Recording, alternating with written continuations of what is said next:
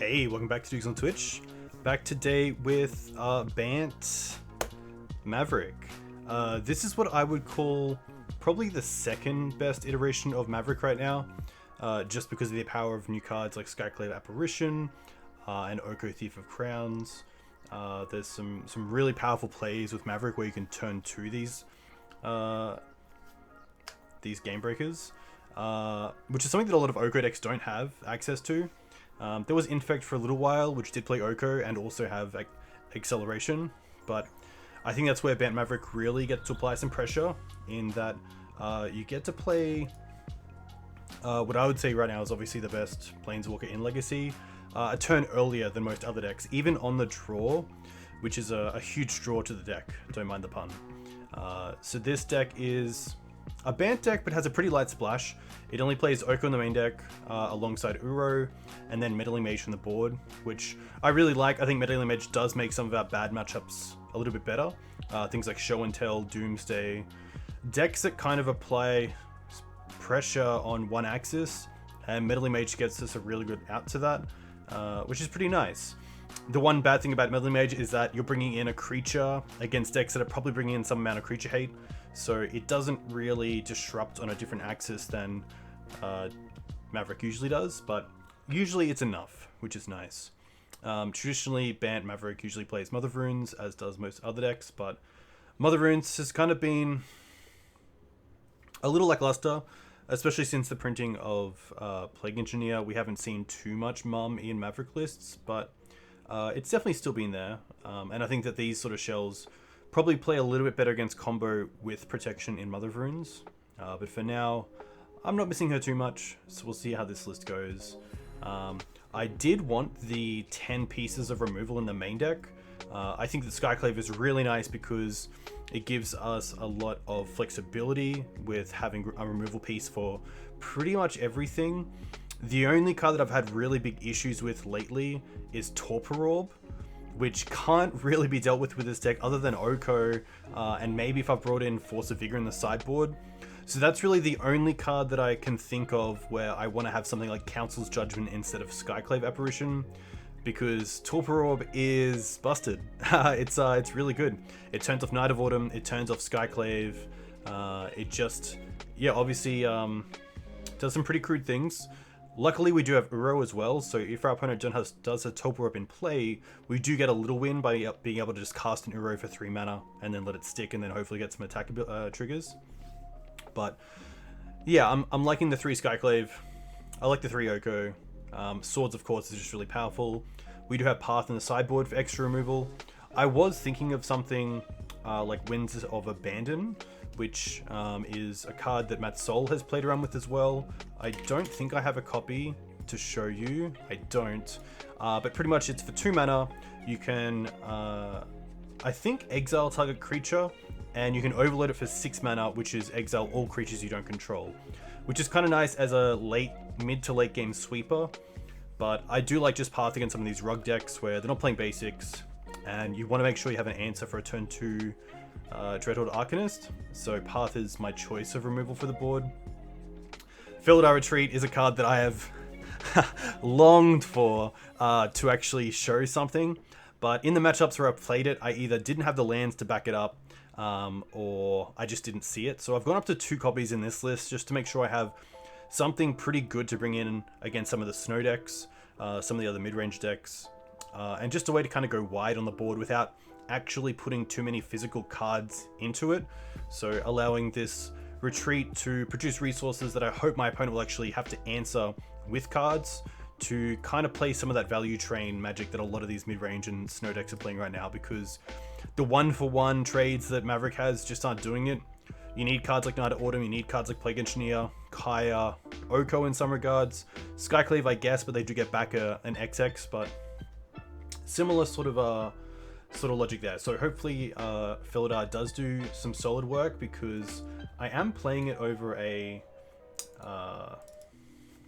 Planeswalker, which is tough because Felidar does of course rely on other cards. You do need to make sure you have a land drop after, or for the few turns after you play it, to actually get value out of it. But with a Planeswalker like say Gideon, Ally of Zendikar, or maybe you know, Garruk, you're usually getting value straight away. So there's definitely a downside to playing Retreat, but I think in this list it's going to be okay.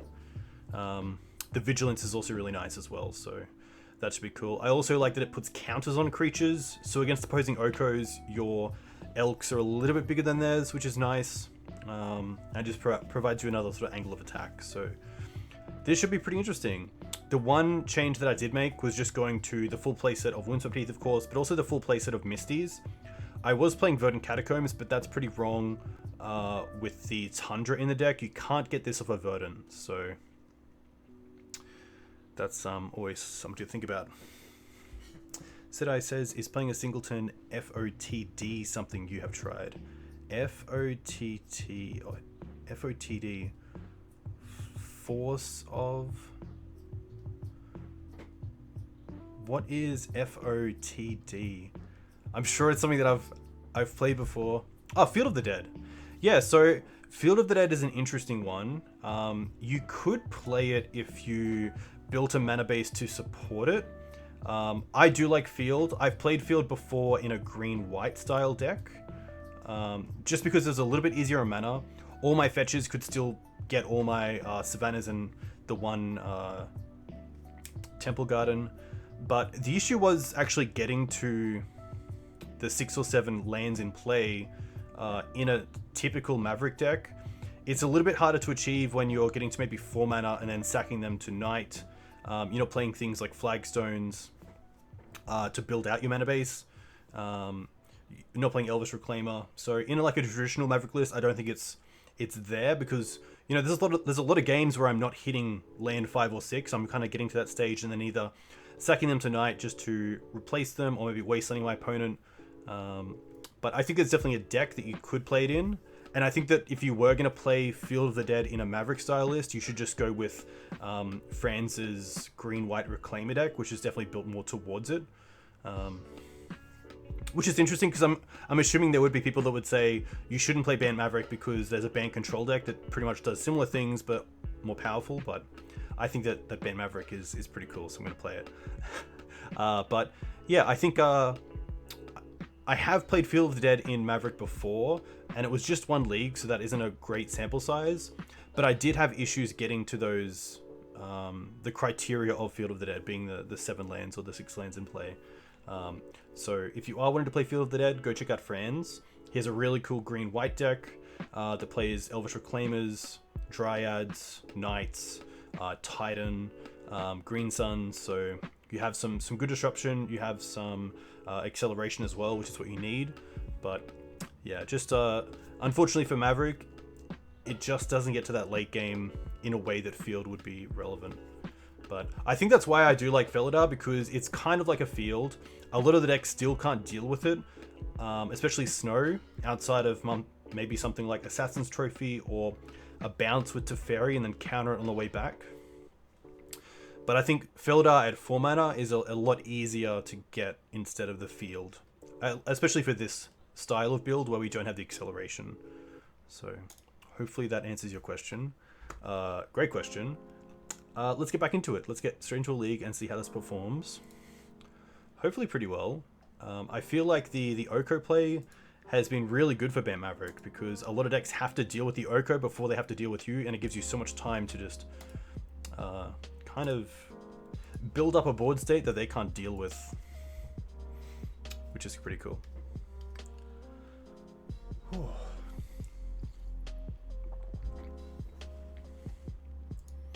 We just put out a new range of shirts as well for the Green Sun Zenith, which is sweet. So of course you have the traditional Green Sun Zenith shirts, but I did some new ones that I thought were pretty cool in a more classic design. So there's Green Suns ones and there's also Legacy Maverick ones, which I'll get up.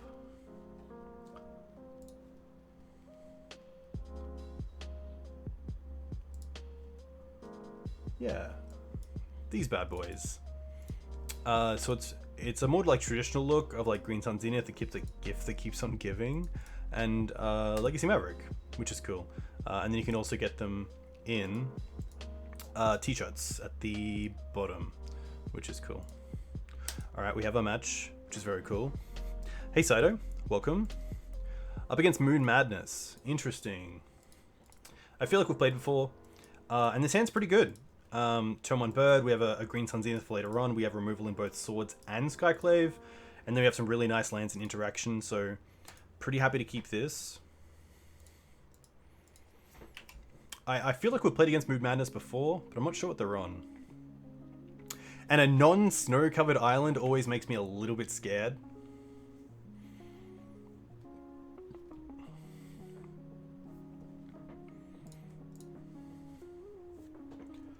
See what they do with this preordain. So I'm not sure what the reason is not to play a snow-covered land. My opponent put one to the bottom, one to the top. And it looks like they're maybe wanting to cast something like a Lotus Petal, so I'm feeling this to be a combo deck, which is going to be pretty tough, especially with the double sword draw. But we do have something like turn 1 Bird into turn 2 Collector Oof of the Green Suns, which I'm pretty happy for. We're definitely playing the Misty. It's a case of, do we go for Trop or do we go for Savannah? I do want the extra...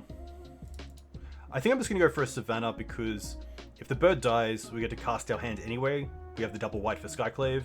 And if we don't, we still have a blue source through the bird, which is nice.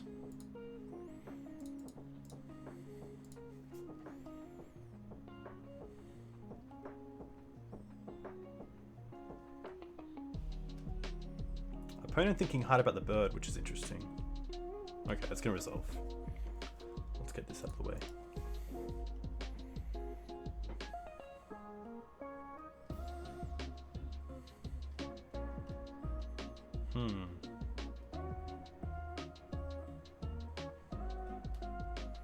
I'm just going to 6 here as well.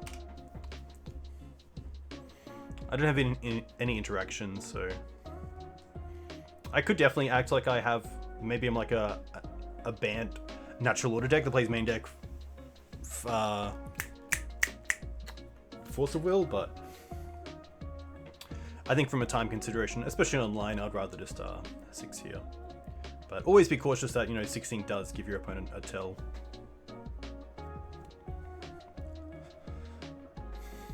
Mood Madness is a Brazilian player.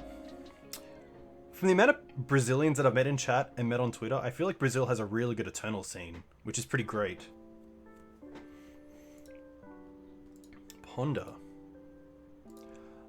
I'm getting high tide kind of feels from this start. It could also be like a mono blue show and tell deck, which is pretty tough. I still don't know what the role of this Green Suns is, but I feel like it's supposed to be Collector Oof just to make sure we don't die to some sort of LED deck. I'm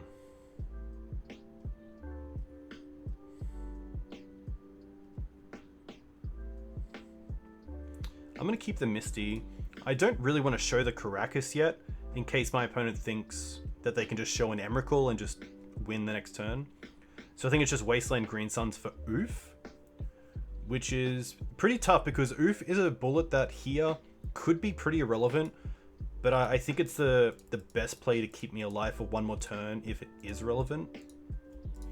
It also puts some amount of pressure on the board, which is nice, so...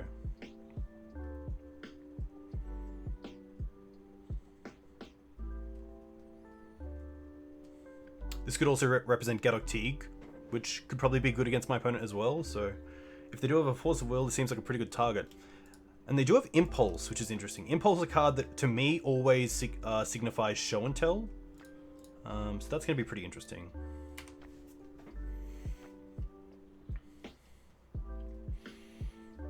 It's worth showing as well, last turn my opponent did not choose to shuffle with their Ponder, so they were pretty happy.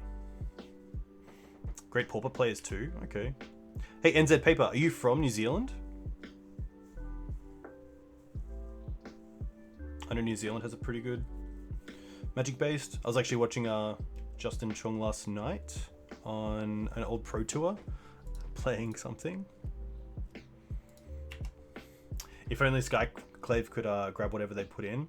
Yeah, I guess against Show and Tell, if you're lucky, you could be playing against the red version with Sneak Attack. That's probably your best grab for Skyclave.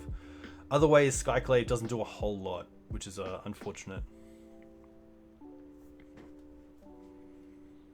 Opponent with a double ponder play. So I'm assuming they shuffled. Yeah. Maybe they chose not to shuffle. Okay. They found their third land, I assume. Yeah.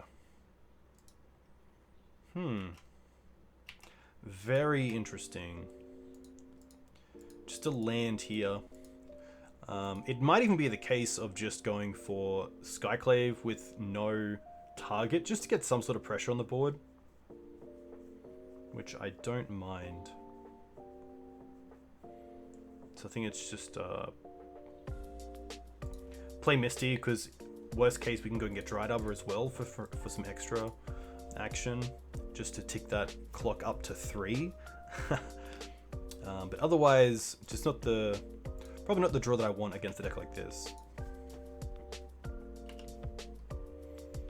Pretty happy to save Caracas for now as well.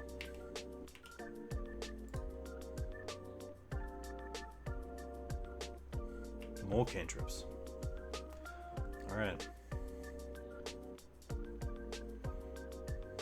This makes me think my opponent has a fetch land, seeing they pondered, shuffled, ponder, kept. They must have a way to not brainstorm themselves, or brainstorm lock themselves. Apologies. We haven't seen a single fetch yet, though. We have only seen ponders as the way for my opponent to shuffle, which is pretty interesting. There's the first fetch land. And then it's going to pass. So this is where I'm pretty happy to get this Dried Arbor. And start going to town.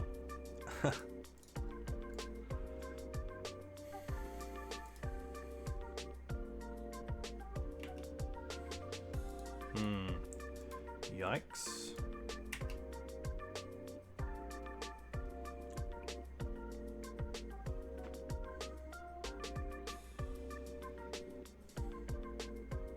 Interesting deck to say the least. Forces, Ponders, Brainstorms, and Islands don't really give away what this deck is when you consider the Legacy metagame. But thankfully haven't lost the game yet, so... Opponent obviously keeping a handful of cantrips to draw into their combo pieces. But now we're going to see a move. Oh, they're playing white. Okay. To be fair, blue-white has been seeing a fair bit of play. I'm going to play the snow. Just so we have 2 white if the bird dies for some reason. I feel something like Intuition coming. Maybe Cunning Wish. Another Impulse, okay. Yeah, I guess I'm not scared of a legendary creature other than off Show and Tell, which I can put the Caracas in off. And I kind of like showing that just in case for some reason my opponent goes for a legendary creature over something else.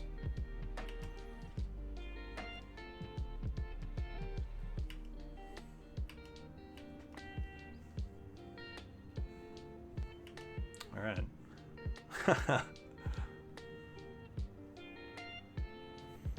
See what they do with the Preordain. 2 cards on the bottom. Okay, so they're still digging. Teferi. That's going to be fine. This is actually interesting because if they just try to bounce something of mine and draw a card, I can... Yeah, so here I can Swords my own... Oh, I can't. Okay. I could Wasteland my own Dried Arbor so they don't draw a card here. Which I don't mind. The Wasteland isn't going to be doing a whole lot in this game. Blue-white, which I assume right now is going to be blue-white Show and Tell, doesn't have that many non-basics, so I think here actually 2-4ing myself is probably better than my opponent drawing a card here, so I am going to do this. I can't Swords because Teferi means I can't actually cast things at instant speed, so I think this is fine. I still get to take care of the Teferi. Most of my curve is at 3. I can still Green Suns for 4 next turn as well, so... And there's the Green Suns, which is pretty nice. But there's not a great lot to get. I'm going to take care of the Teferi first. I think it's just going to be another Reliquary because it's a big threat. Could also get an Uro, but Uro's not doing a whole lot. I think I just want to try to close this game out in a matter of 2 turns. Especially after my opponent bottom 2 with the Preordain.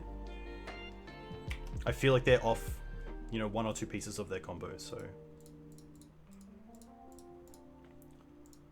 let's get Knight going.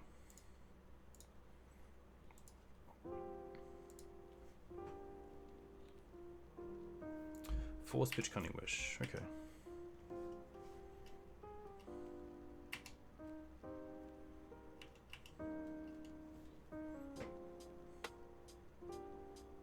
There's a Show and Tell, and now we can finally put in the Caracas and just hope they have a legendary creature and not Omniscience.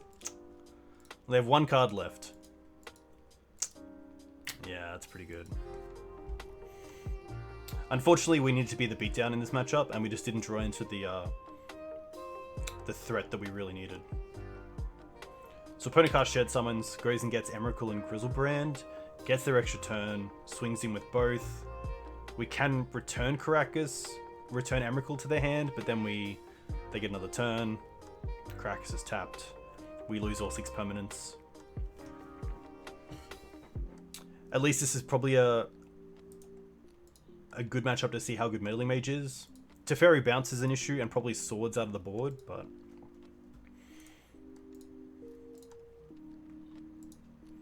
not too much we can do there. So I do like taking out the Swords.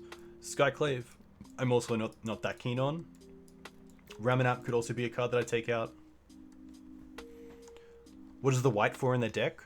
I believe it's Teferi in the main deck, and then sideboard they have some really good cards in things like Rest in Peace, Swords to Plowshares, and some other powerful white cards.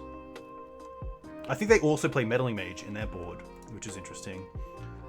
So here I do like the Mages, the Teeg. Force can be good if you can. In that position, it would have been great to have Force to actually force in response to the Cunning Wish. Deafening Silence and Surgical aren't the worst. Just because this matchup is pretty poor, Surgical on Show and Tell can be pretty good. Or even something like Surgicaling their first Swords to Plowshares. But probably not a play that I would recommend. I'm just going to take out the Skoos as well. My only thought for Swords to Plowshares is Containment Priest, but of course Containment Priest on in a Show and Tell deck isn't that great. So I think this is the cut. I could also cut a Wasteland, which I don't mind, just to maybe keep something in like Skyclave, just to know I have it, in case I want to deal with something like an onboard Teferi.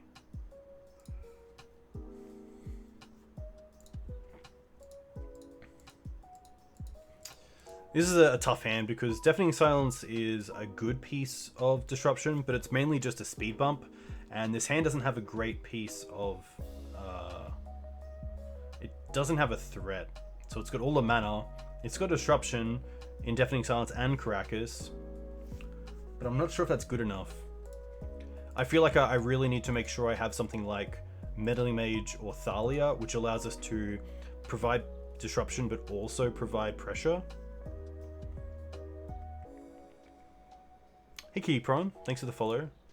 Let me know where you're from. If you play Legacy, what do you play in Legacy?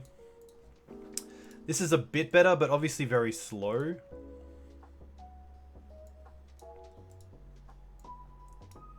But I think I would be mad not to keep this.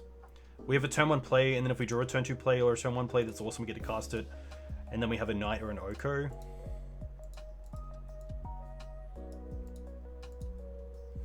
I don't really want to go to 5 because if my opponent, forces my first threat, then I don't have much going on after that. And a 5, I'm probably keeping something like Land, Manadork, Land, Thalia, something else. I'm going to keep this, and I'm going to bottom 1 Deafening Silence. And I'm going to try to keep this Winterpeath for as long as I can. Really good with something like...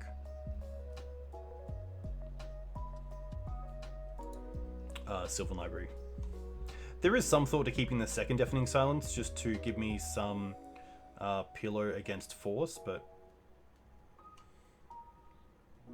obviously they have a hand that doesn't really matter about it, which, to be fair, it's not the greatest card against Show and Tell, which can usually do pretty well on 1 spell a turn. And if they Show and Tell into Omniscience and then just have the Emrakul, then it doesn't even matter.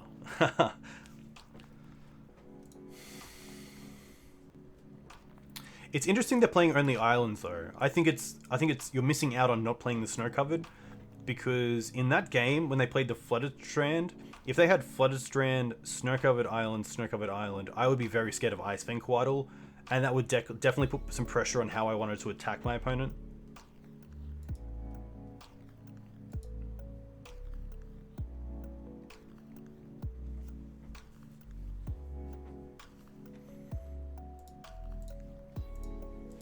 Ponder, no shuffle. Another Oko isn't great, but I guess it means that we can throw one into a Force of Will.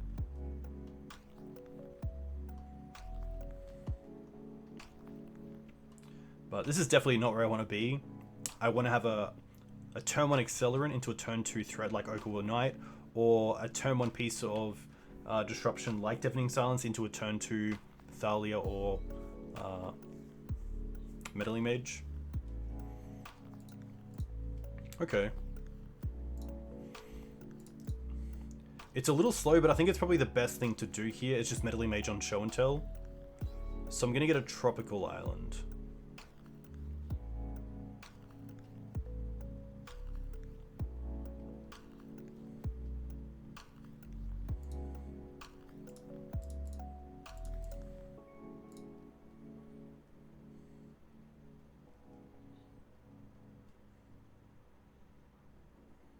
They're going to force pitching Brainstorm. Okay.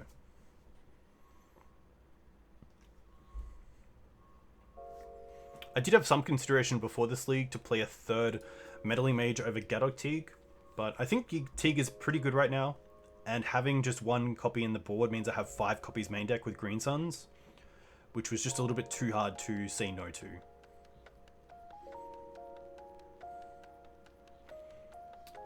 Unless I draw into a Thalia or another Meddling Mage, I'm definitely casting Oko next turn, because the Knight I can put in off a Show and Tell, which is kind of nice.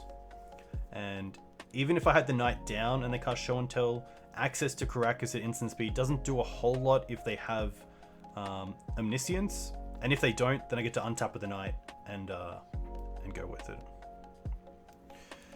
Yeah, it really is. Teeg's just so good against so many different decks.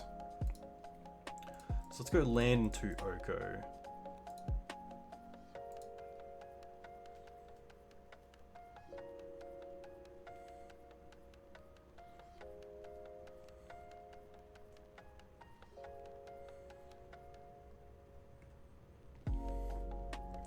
So I have a few options. I can create a food.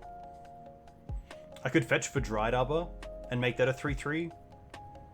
I think just making a food here is better, because then next turn I can attack for 4 with the Dried Arbor.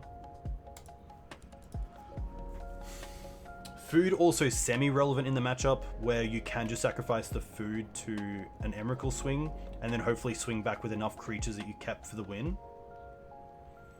But I don't think that being a consideration in this game, unfortunately.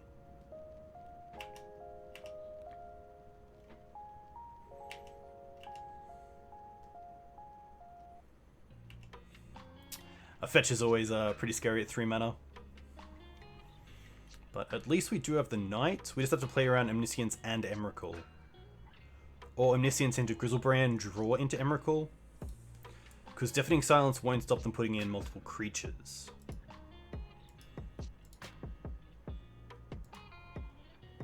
They fetched with Enthusiasm, so I feel like they have it. They're just thinking, what could I put in? What's the worst case of me putting in a creature that they can't deal with?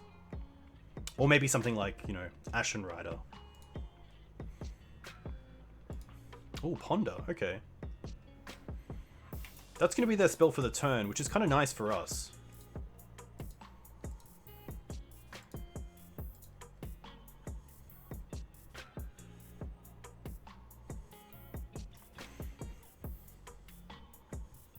I also have the play next turn. Hey, Elo Baron, we are. Currently in game 2, down a game.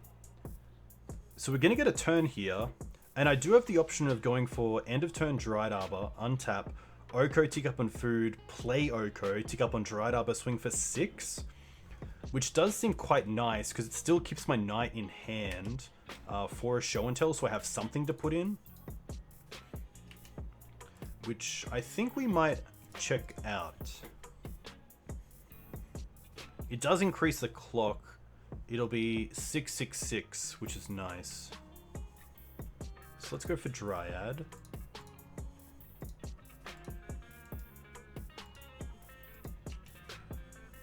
Oh, Thalia. Thalia is interesting, but I'm not sure if it's what I want. Definitely ticking up on the food. And then I do like Thalia here. I probably like attack first to see if they maybe use some sort of Swords to Plowshares on a creature and then play Thalia.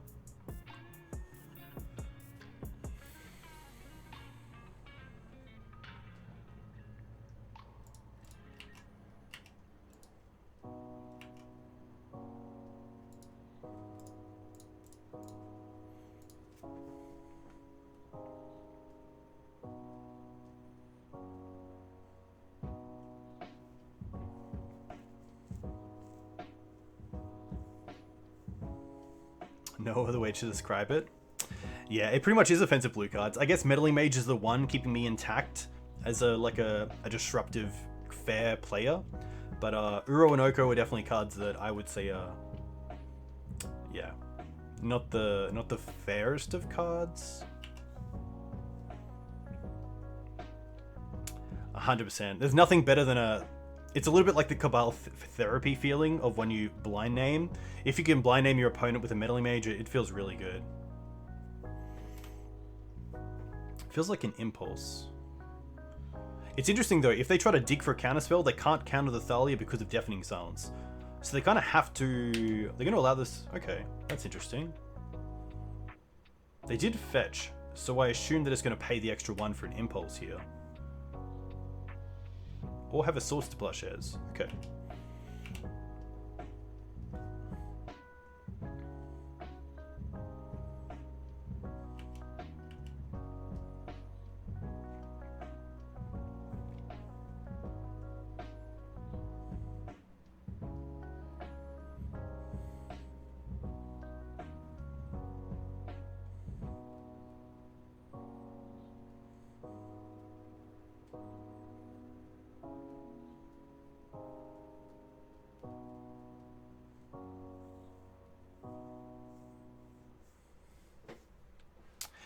It's always tough with these cards as well, because I feel like by the time they get around to thinking about banning a card, the format shifted in a way that even if it didn't like shifting towards making Uro a more fair creature in the metagame, that then Wizards can be like, oh no, it's fine, Legacy's adapted. It's happened. So it will be interesting to see what happens in the coming months with Legacy, because there's obviously a few defining cards and cards that people aren't a fan of, even just playing against.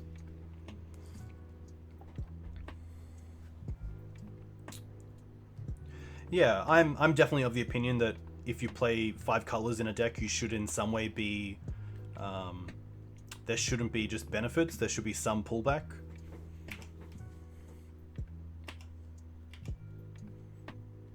Oh, another Thalia, that's nice. I'm going to make this a 2-turn clock, so I'm going to make this a 3-3.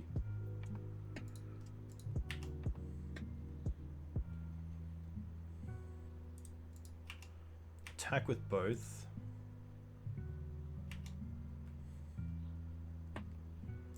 And go with another Thalia.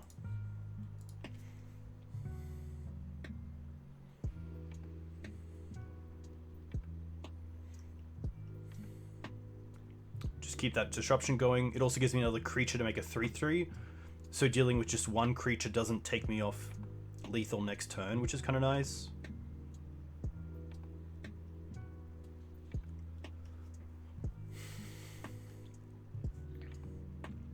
Yeah, it's definitely tough when Wasteland isn't a great card in Magic, or at least in Legacy, which might be like a privileged take on Legacy, but I always felt that if Wasteland was good, then the format was doing okay. They're going to Impulse. Interesting. So they're going to try to go for the win next turn, because I guess they could have some sort of sweeper effect on their turn, but it's going to be pretty tough.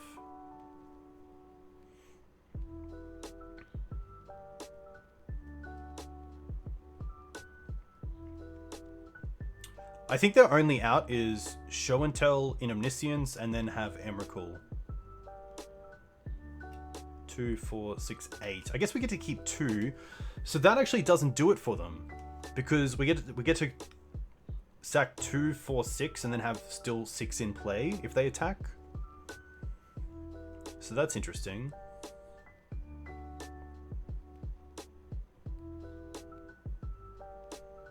Yeah, so they can't win even through Show and Tell in Omniscience and then play Emrakul because they get another turn. So they could cast another, like a Swords to Plowshares perhaps, which means I would have to sack one of my 3/3s. So I guess there is a line, but it's a tough one. Do I want to change anything for the third game? I don't think I do. I think I'm pretty happy where I'm at. It's nice to see shared summons in game 1 because I know Gaddock Teeg is pretty good. They might be playing shared summons over something like Eldumri's Call, which does get under Gaddock Teeg, but they could also have a mix. So I think it's a case of just hope we can survive this one because Show and Tell can be a tough matchup, and it's definitely a reason that I do like the Black Splash because Meddling Mage does have an impact on the game, but it's always pretty tough for this deck. This is an interesting hand. It doesn't have a green source, which is pretty tough. And I think it's pretty fair. I don't think Surgical's in a great spot in this hand. And we already have the Caracas, so the Knight's not doing a whole lot other than just being a beatdown stick. I'm going to mulligan once. This is better, and I like it. I think we're just going to go with keep and bottom the Questing Beast. I think Knight's our beatdown. It's also access to Caracas, and then we also have Gaddock Teeg for disruption and Surgical, so it makes sense to drop the Questing Beast here.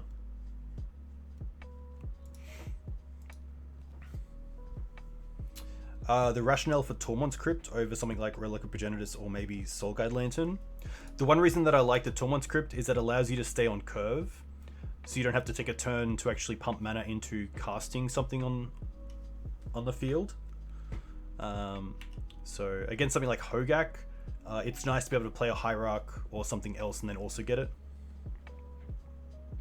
And yeah, as Goblin Lackey said, the hitting one side is really nice.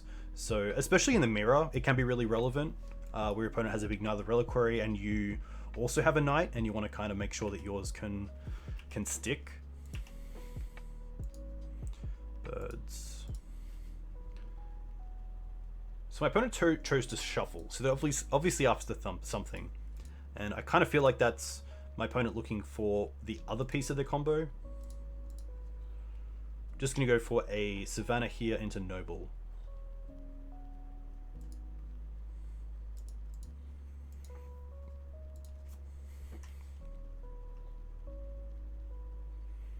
Opponent also giving us a Wasteland target, which is really nice. So I think the best draw is probably Wasteland and then play Teeg.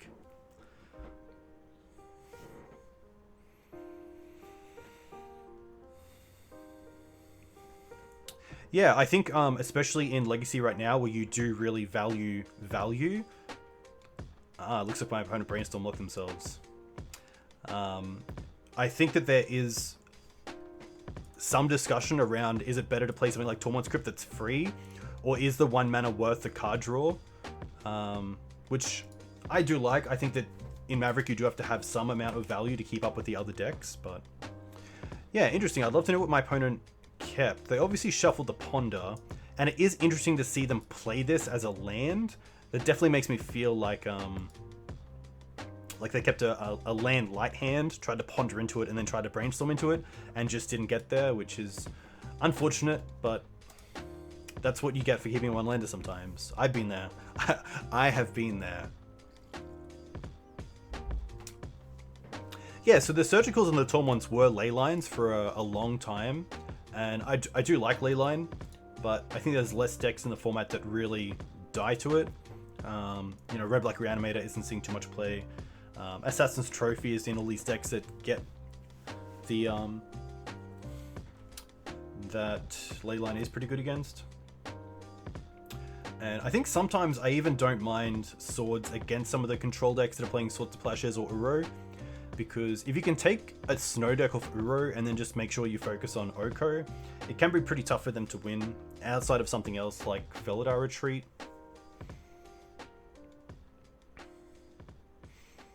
Yeah, Mono Blue Echoes are a really good one because it hits the Echo lines, it hits Emry.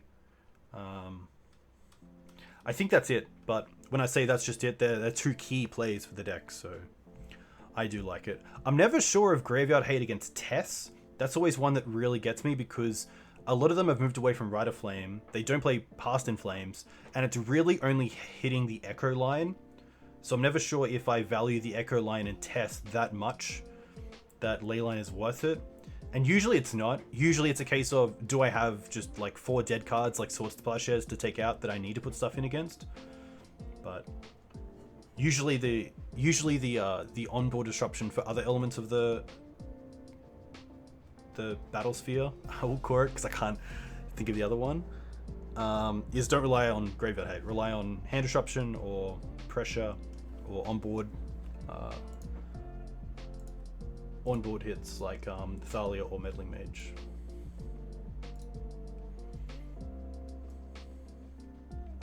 Alright, back in. On the play against Grubs. I really like their name.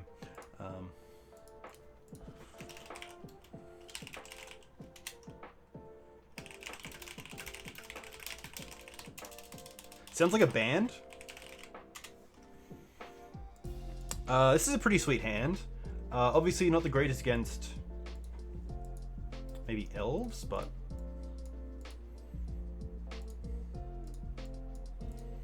it's a pretty sweet hand. The Oof could be dead, but you know, having Thalia is nice against the combo decks. Collector Oof could be great against something like Death and Taxes, and then Green Suns really shores it up, so I'm gonna keep this. Hey Elo, you are more than welcome. It is good to have you here. I'm gonna keep this. I think I am going to fetch turn 1. There's some nice advantages to fetching. If I draw into a Knight of the Reliquary on turn 2, I can make it a 4/4 on as early as turn 2, which means it can't be bolted, which is pretty huge. And I could also get stuck with a Sorcerer's Spyglass from my opponent if they're on something like Cloudpost, which typically they name Wasteland, but if they see double Heath as my only lands, they could get us there, which is a pretty small thing, but I do just like fetching for Savannah here. You could keep these if I had like a Sylvan Library, but I think that this play is fine. Love a Spyglass. I've been done by Spyglass too many times to tell. Verdant, okay. That makes me feel like it's going to be a fair deck, which is nice. And if it's Hogak, we have a turn 2 Skoos, which is really good.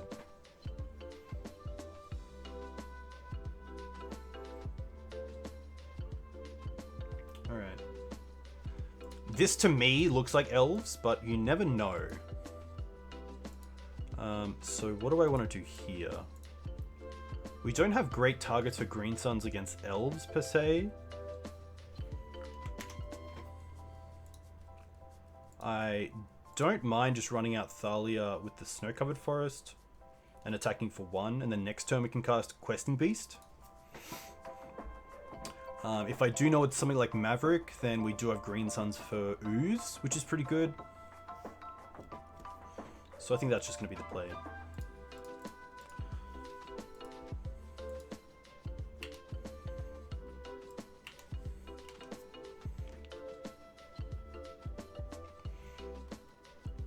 Chandra Torture Defiance is a very cool card out of Goblins. I would not expect it either, which is even the... Yeah, that's very cool.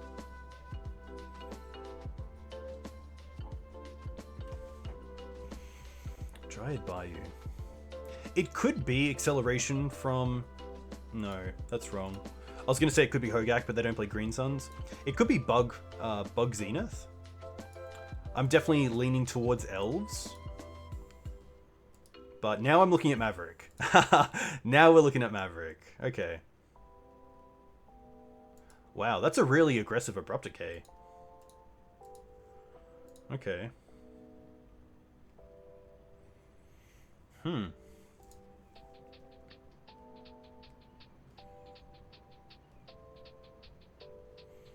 I think Knight is just the best play here, but I can't off the Green Suns.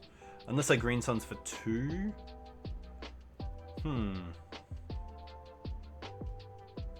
I do want to get rid of the Caracas because of the Thalia and Questing Beast. So I don't mind Wasteland and Thalia, but that does put us back on our Green Suns as well.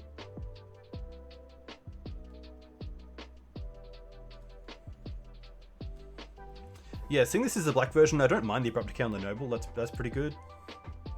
Yeah, I think our one way back into this game is the Green Sun, so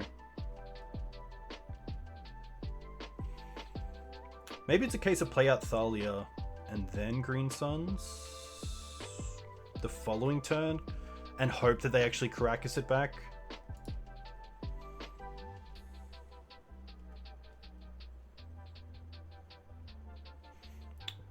I could also just Green Suns for acceleration. Going after the Abrupt Decay on the Noble Hierarch makes me think that they do have Wasteland in hand. So I don't mind getting a Noble off this. Oof doesn't do a ton. It's not like they can equip Jide next turn if they have Jide.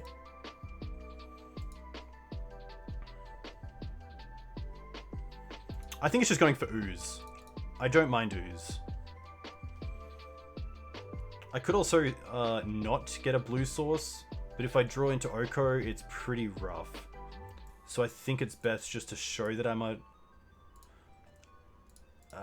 BANT deck.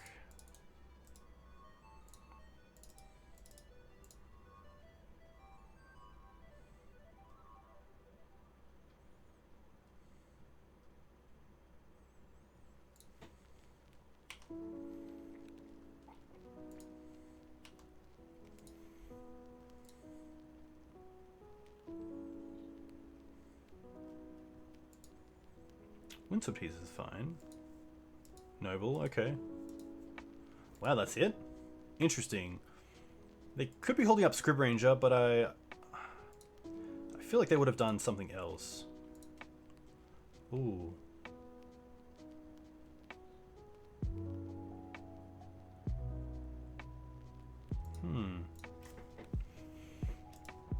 Happy to attack first.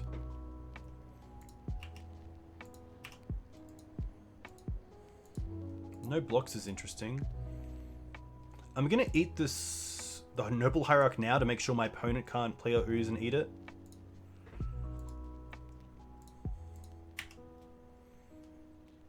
And now I get to go Wasteland, hit Caracas, and then play Thalia.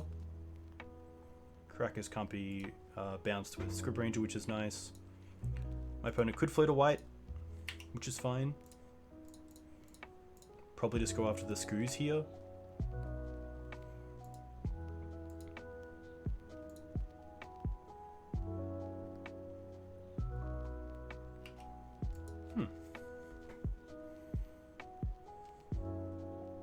Haha. This list is actually the first time I dropped Scrib Ranger, unfortunately. Abrupt Decay Ooze. Okay. Well, that's 2 decays down, which is kind of nice. And Caracas, which is interesting.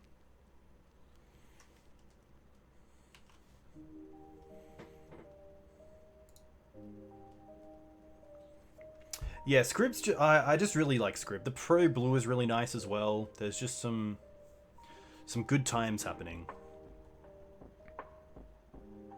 Ooh, this feels like a Knight. No. Black? Oh, their own Thalia. That's fine. Hopefully that's more taxing for them than us. I kind of like Cradle here. The Scoos is already gone, and I kind of like exposing the Cradle to a Wasteland instead of the Canopy.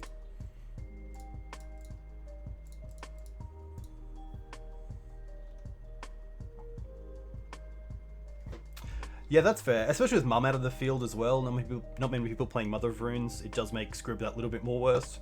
But having a fly is really nice, especially when they can block Delver. But in this day and age, they usually have a removal spell for it.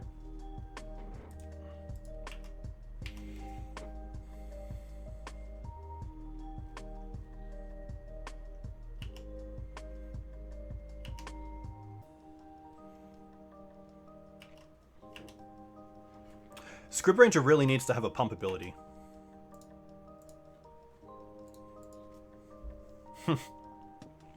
Scrib does die to sharpshooter. I will agree to that. Just a basic for my opponent here, and not many great attacks, so this is going to pass back. Ooh, a swords is pretty good.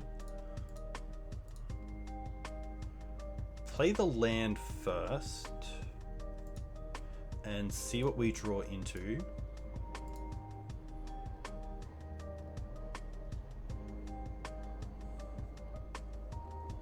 Bird, okay. I'm gonna just attack here because I kind of want to keep the swords in case they play like a way to deal with the questing beast.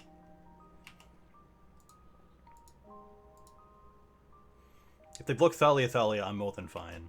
It makes my sword so much cheaper as well. And now we get to go bird and collect oof and hold up sword. So play bird. That's now 2 creatures. Now play oof and pass back. They're also at 4, so they need to draw something now, or the questing beast just does it.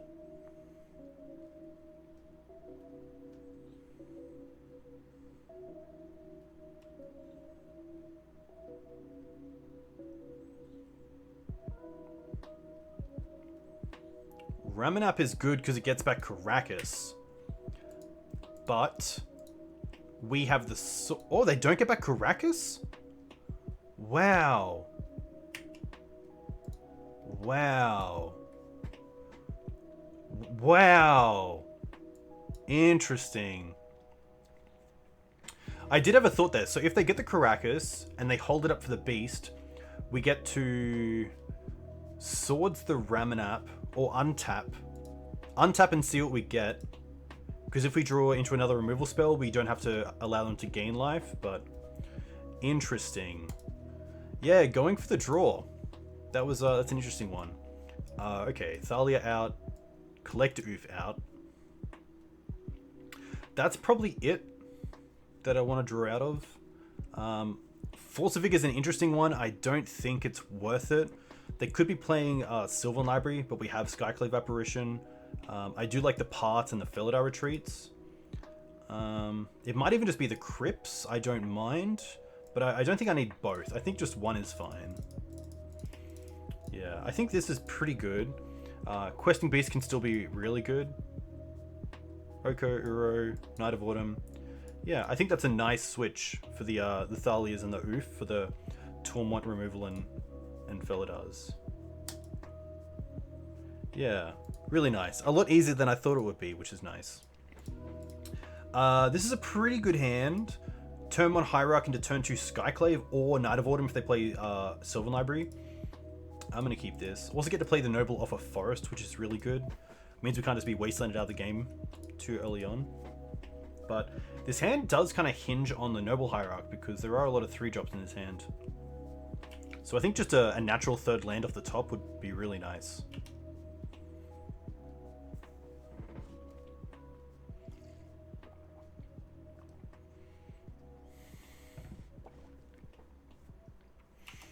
Right.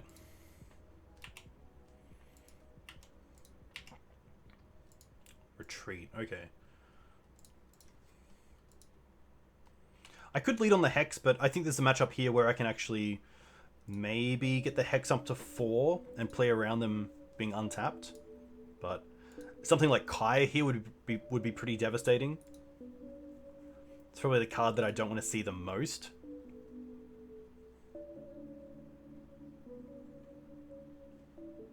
Swords, okay. But no follow-up. That's really interesting. And this is actually a really nice spot because now with the fetch land, I get to play my second land playing around Wasteland, which is pretty huge. So here I don't mind keeping the Hex Drinker, which is kind of weird, but I just feel like they have removal here. And I don't want to throw the Hex Drinker away. I don't think it matters that I don't do anything this turn.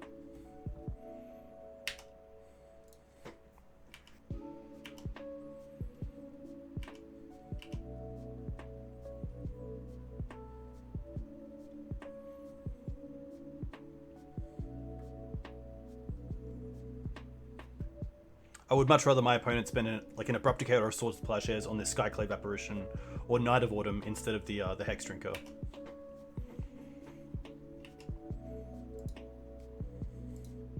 No, this is the... I wonder what my opponent kept. Just obviously building out the mana, which is nice, but they haven't really drawn into anything here. Okay.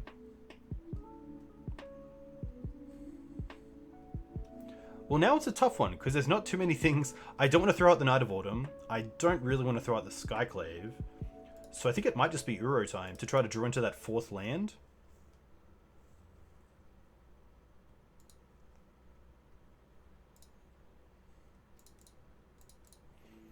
Could also draw into Caracas. That'd be pretty nice. Canopy. That's actually pretty good.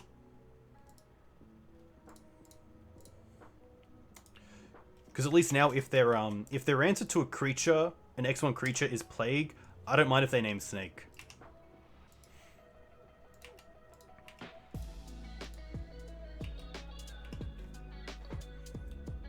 There's also some mind games to Hex Drinker.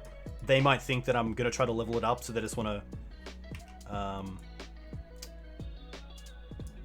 deal with it straight away. But if they want to Plague away this Hex, I'm more than happy.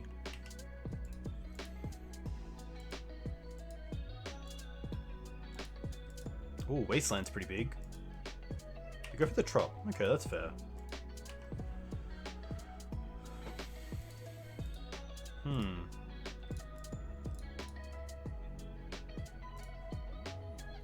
It's going to take away their 1 clock, which is Plague, and pass back.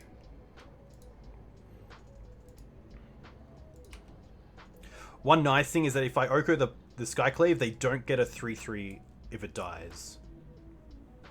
A little interaction that I found out.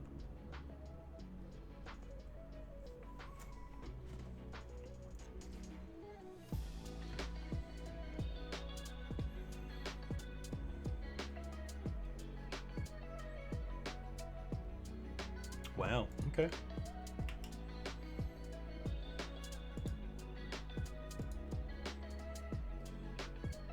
Yeah, nice. Wasteland, interesting.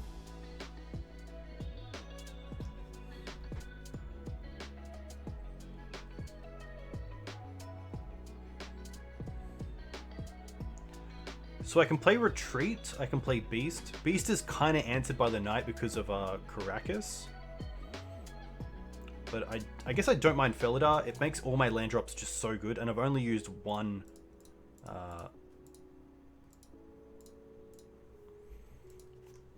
what's the word? I've only used one fetch land.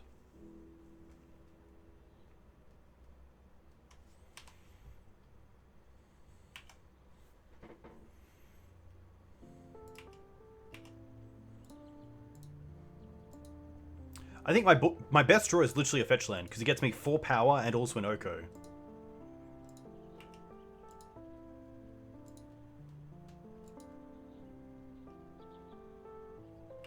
That's fine.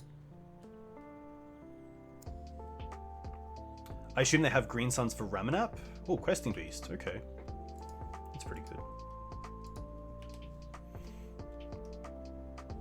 We do have some nice outs here.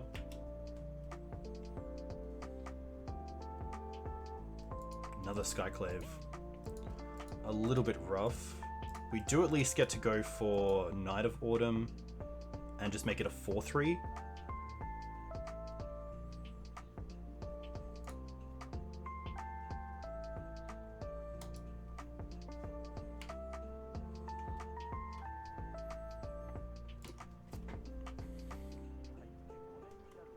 But yeah, this is a situation where Felidar Retreat is a little bit worse than something like Gideon. But yeah, at least it does make the lands off the top pretty nice, if we can hit them.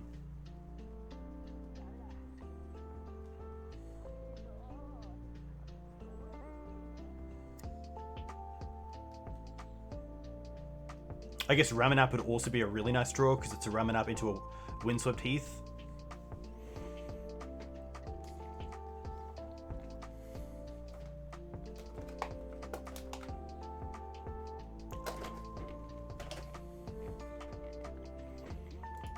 This I'm pretty happy just to block. Oh, it's a 5/5. Sorry. Wow. Apologies. That's bad magic.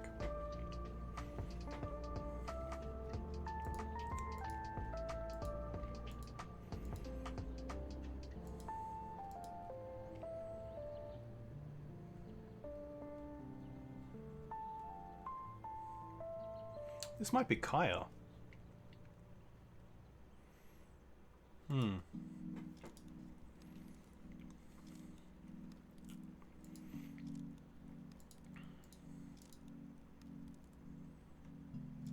Cradle. Sadly, the one lane that I don't want to see. I guess this puts down Questing Beast. So let's create a creature.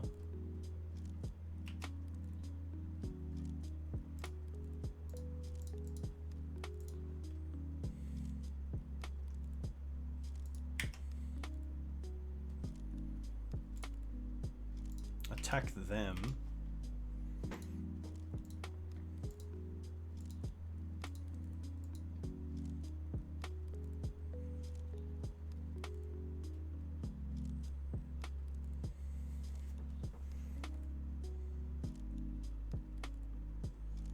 Yeah, that's fair enough. I guess because I played the Hex Drinker into open Abrupt Decay mana, I didn't think they had the Abrupt Decay. And I guess I didn't take into consideration the Hierarch making it a 5/5, not a 5/4. For some reason, I just thought it would make it a 5/4. So the 4/3 body would be relevant, but it was not.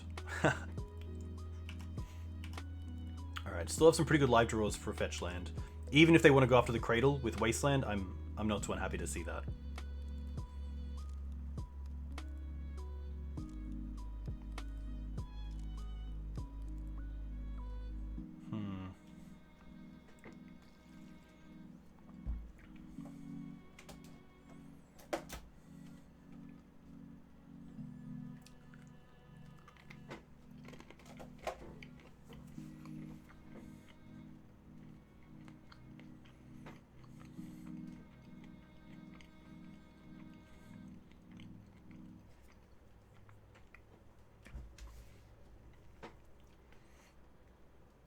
Yeah, they definitely do. So if I don't block here, I take 9.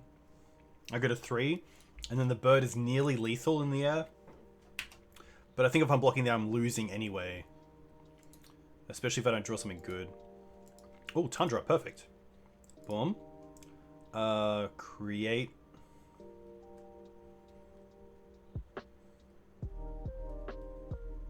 Create a cat.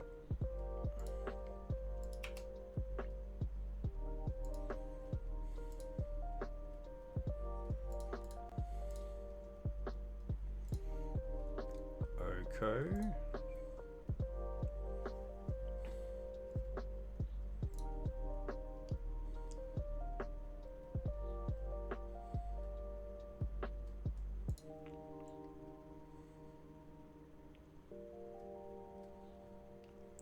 I feel like we go after the knight. I could also elk the Skyclave so they don't get back a 3/3, which I don't mind.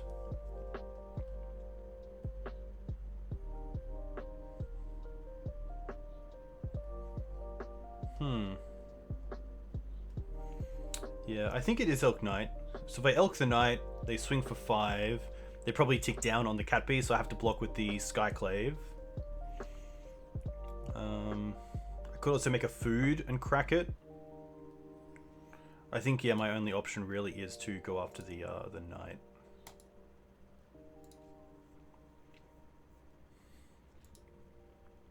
There is some thought to take them off Bayou because it stops Green Suns for 3. And I think now that I'm less likely to lose the Cradle because of the Knight being Elk, so I think I'm actually happy here to take them off their Bayou. And then I definitely can't attack here.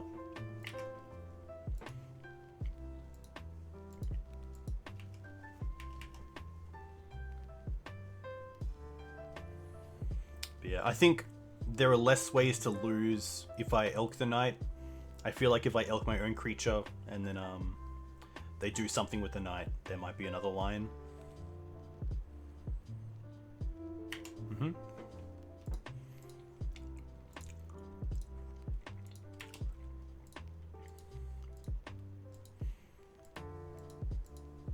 Oh, they attack me. Okay. We have to block. They get a 3/3 from this. So I think my only draw, my best draw, and my really only good draw here is a fetch land. So I can go fetch land, creature, Skyclave.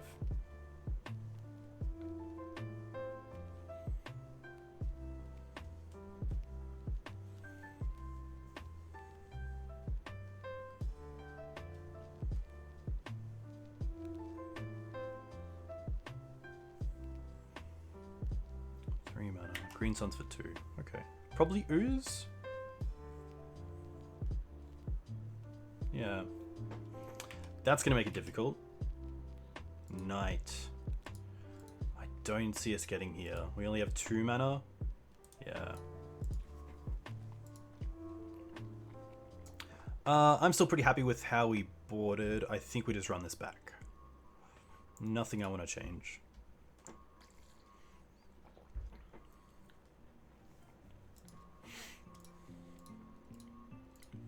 I think the only thing that I'd like to improve from that was have a less reactive hand.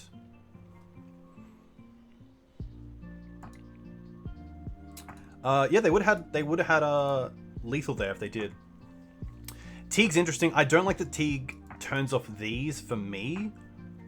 I think there's other ways that I can attack their game plans would only affect them instead of me as well. But yeah, it's interesting. I think they did have lethal there with the Green Suns for another noble. Unless they were playing a different type of set, so they weren't playing the full 3 or 4. But if they were, an opponent, if you're watching this, next time.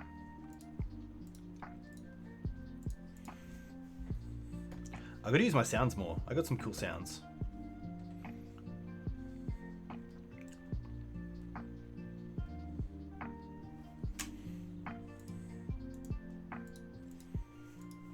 Opponent having a good think about sideboarding.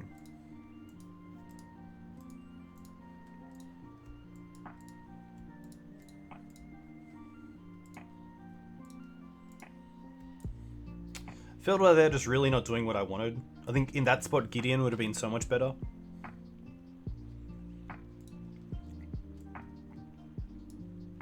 Alright. Love to play first. And this hand is very reactive. I'm not a big fan of it because it kind of makes me want to go like Swords You Noble, Wasteland You. I'd rather have a hand that gets proactive. This is it. This is actually a pretty good hand. The question is, what do I drop? At first glance, it's the first Noble. But if I lose the Noble, then this hand isn't that great. It really relies on the third land being drawn, naturally. Yeah, New Kaya was pretty good for them. I also like the second Noble because it does allow me to build out my mana on turn 2 and also swords their first creature.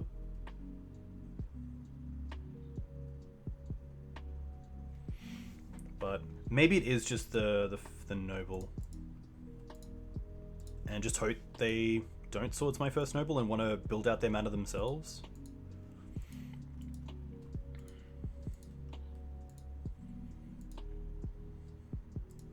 I'm also going to keep the fetch land for now.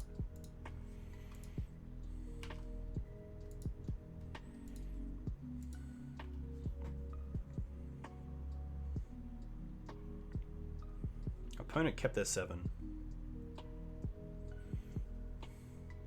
Noble. Okay. So if I draw a 2-drop here, I'd be happy, but I think you just want to go with the Knight. Just to get it into play. Off a Savannah.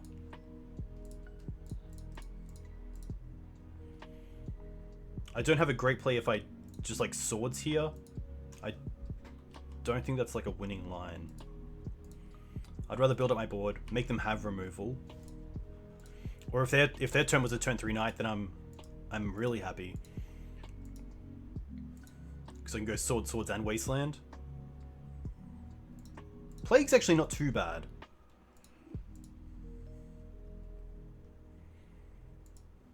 Windswept. I mean, swords, and wasteland here seems really good. I probably don't even care about the plague right now.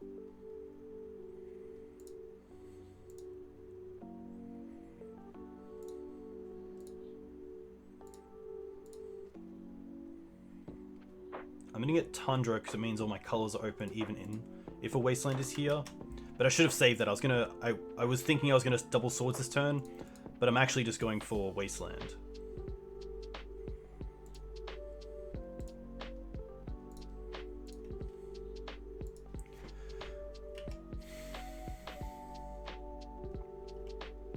It's mainly for Sylvan Library because this deck doesn't have an out to Sylvan Library like the black version does with Abrupt Decay and maybe Vraska. That's the main one, but otherwise it usually is just a pretty lame creature. You're going to attack. That's fine. Do they have Abrupt Decay? They do have Abrupt Decay, okay. Well, I guess it makes me want a swords in case I draw into a Noble Hierarch. Unfortunately.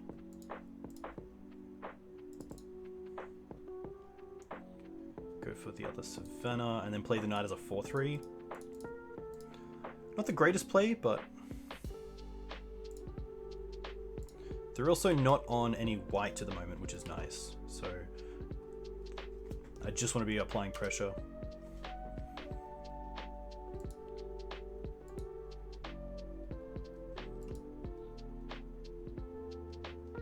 Wasteland me is more than fine.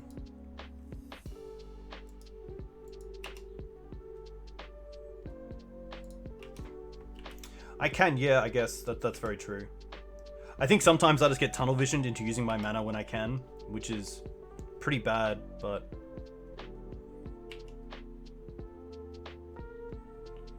that's pretty interesting, because now I can turn my... if I draw a land, I can turn the Knight even bigger. Make it a 5/5.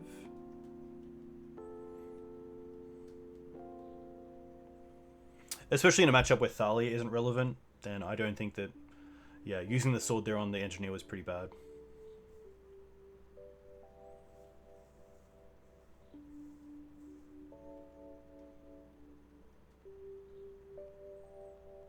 Hexdrink is okay. That's fine.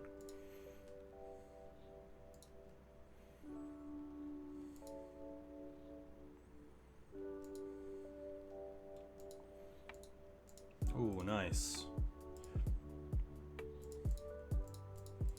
I think just Oko up to 6 is correct. And then next turn I can Elk the... I can really do whatever.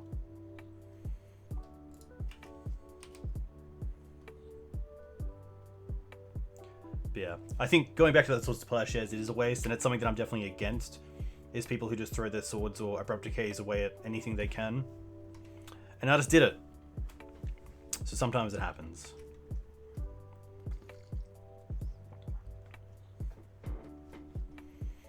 I mean, they could have like 2 exalted creatures, but I don't think they would.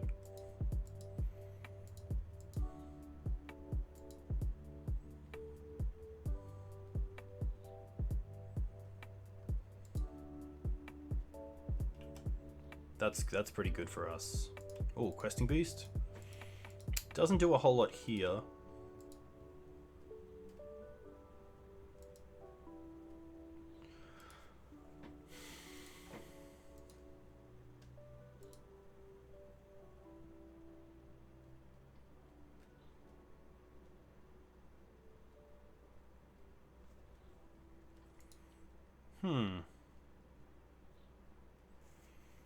This is actually an interesting one. I can put them down to 2. Which is pretty nice, because that nearly turns off the Peatland as well.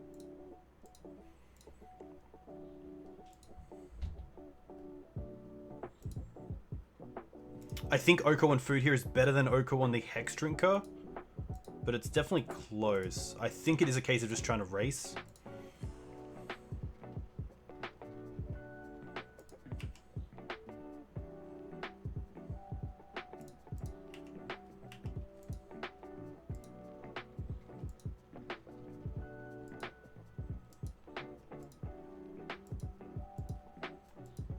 I guess I do get hit out pretty bad by Scrib Ranger, but luckily they don't have it. Oh, they have a sword. Hmm.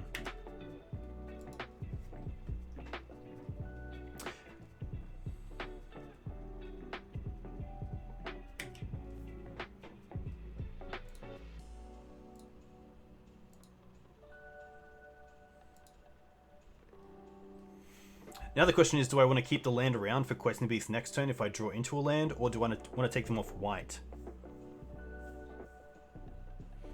We're definitely losing the Oko. And I think losing the land is just so much worse for us.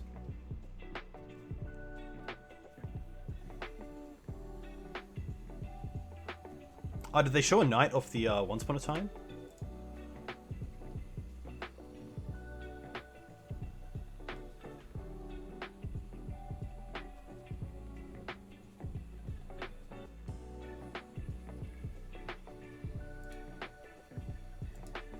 Ah, interesting. Okay.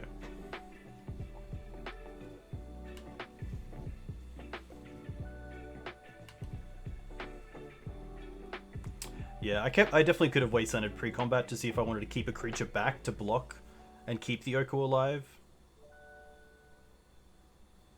But I just feel like if I'm in a position where I'm blocking from the Oko and not attacking them aggressively, I'm not going to be winning this game. Especially when the blocks are going to be pretty bad. I'm going to lose my creature either way. I assume they swords the knight in case I keep it back.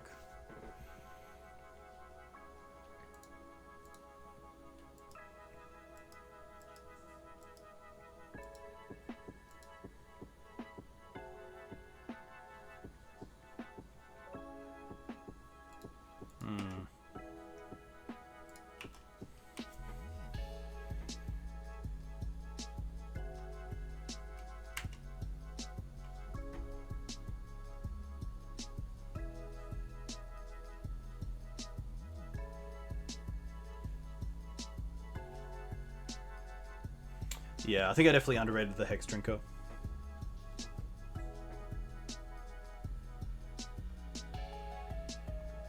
Yeah, staying back with the 4/3 Knight definitely seems the better play.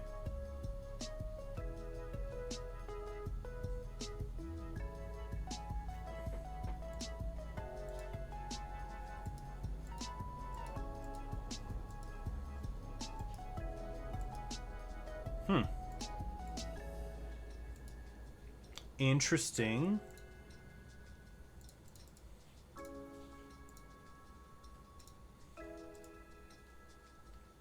Hey Julian, welcome. Hope you're well. I can now see if they want to trade the Noble Hierarch, which is nice because it takes them off white as well. So that's a pretty nice draw.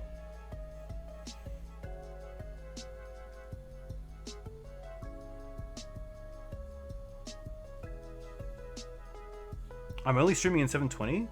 Interesting. I assume I have the ability to stream in 1080? Oh, maybe not. Maybe that's only for affiliates.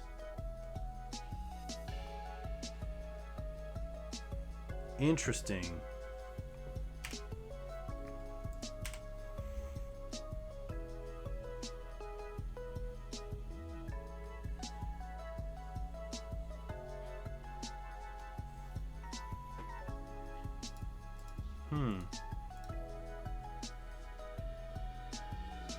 This is interesting, because I could go for a Birds of Paradise just to build up my board and then also have Questing Beast online next turn, which is kind of nice.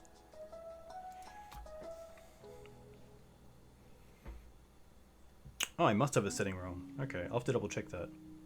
I think BOP is just the best tier.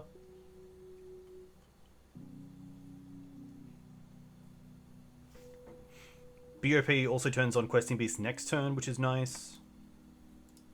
And it gives me a flying attacker if I want one. That's currently a 6/6. I could get another Exalted creature that makes it a 5/5. Not good enough, so I think just going for...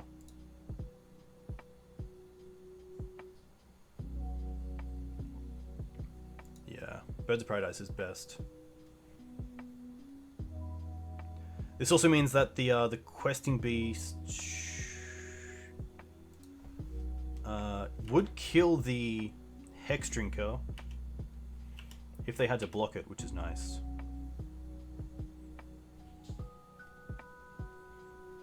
They're going to go to 1 here. That's really interesting. Okay, they're going to kill the bird. That's fair. But that's pretty... haha. Okay. I thought they were going to draw a card to try to draw into a white source to untap with, but obviously not. Wow. Are they going to have to... if we draw a land here, we get to go for Questing Beast. Oof. Okay, I guess it's the same thing, right? Go for bird.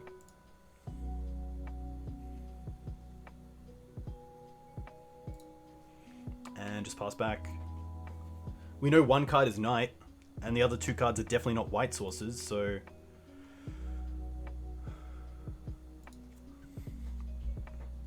what do they do there? Oh, they cycled. Okay. Hey, Alex. A huge thank you. I hope you're enjoying it. Can we get there? Please. I mean, even if we don't, we have the Questing Beast and the food as attackers next turn. Ah! Yeah! Ah. Rough. Rough. So going back to it, that wasteland on the savannah was pretty huge. So thank you, chat, for showing that they did reveal a knight to a once. But yeah, that's an interesting one. Interesting. 2 basic forests never look so bad. I'm gonna get a quick drink. I'll be back in 1 second.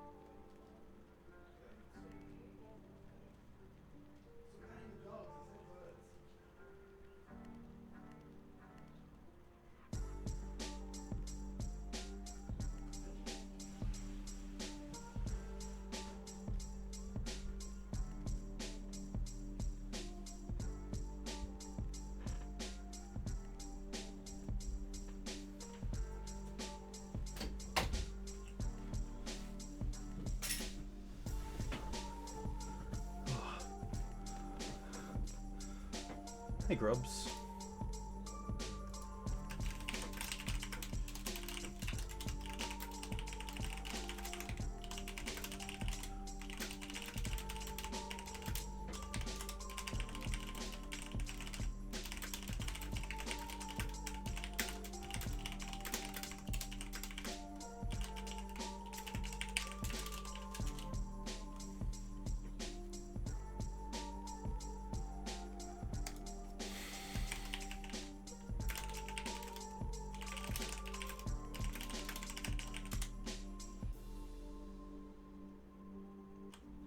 Yeah, mulligans can be pretty huge.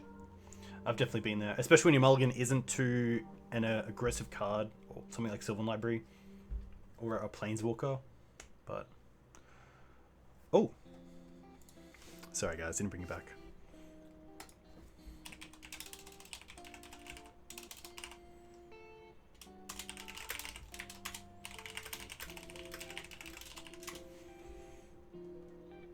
All right, let's get into this game 3. Always a nice way to play a little bit loose in some of those plays. But gladly, I have Twitch chat, which definitely helps. There is no sarcasm here. I take your information very seriously. Love having you all here. It's really nice. But look at this, Tom with 42 trophies. Rainbow Depths, obviously the real deal, which is cool. Tom was recently on the Everyday Eternal podcast with Julian and Callum, which is pretty cool. I believe it's their most recent podcast. So if you want to check that out, definitely look up Everyday Eternal. Definitely one of the biggest and best Eternal podcasts out there. And they're pretty good. I think they get a new episode out, I'm going to say every 2 weeks, which is nice. Yeah, wait, are we a Thalia deck or are we an Oko deck? Because there is a little bit of a difference, Aurum. But yeah, always happy to start out like this. But you know, it can always go downhill. We did go 3-0 on Sunday and then played against Show and Tell and Doomsday, which didn't end well. But in general, can't be too unhappy.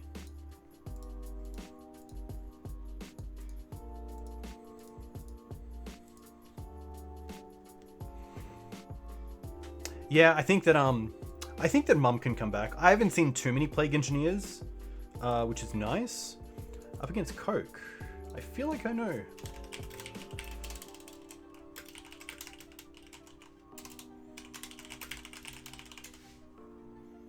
I feel like I know them. Speaking of Plague Engineers, oh really? Okay, well, that's gonna be nice. Unfortunately not a great hand. We don't have a turn 1 play. Playing against Yorion. Okay, I'm gonna mulligan this, but the Sylvan Library would be really nice. This is good. I'll keep this and I'll bottom the second sword. Oh, D&T? Okay, this is actually a great start because we have an answer for both Vial and Mum. And Acceleration.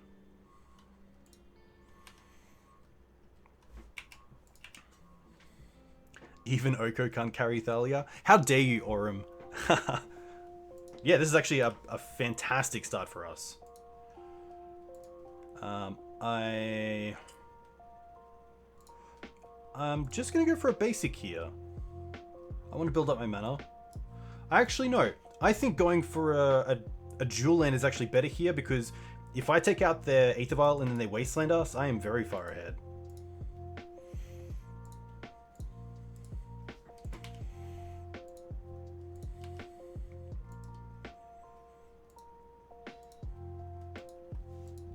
Astrolabe, that's fine. Oh, blue. Okay, interesting. Haven't seen this pop up before.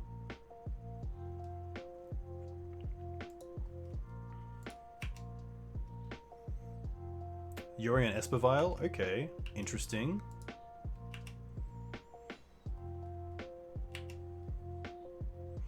I think it's just Knight Pass with swords up and then hold the Green Suns. But I have seen some Esper Violists playing opposition agent, so I do have to look out for that. Okay. I could have gone Green Suns for Collector Oof, but I don't think that's really where I want to be. I want this Green Suns to land another threat.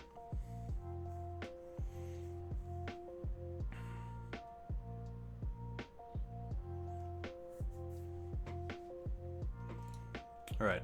So they have all their colors online. Flicker Wisp is okay. It's gonna, yeah, bounce this and draw a card.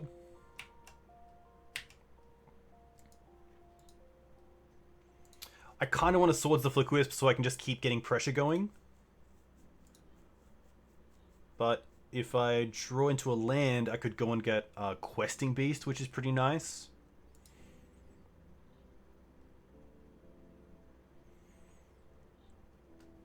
But I also want to keep this in case they have something like Plague Engineer or maybe a Recruiter.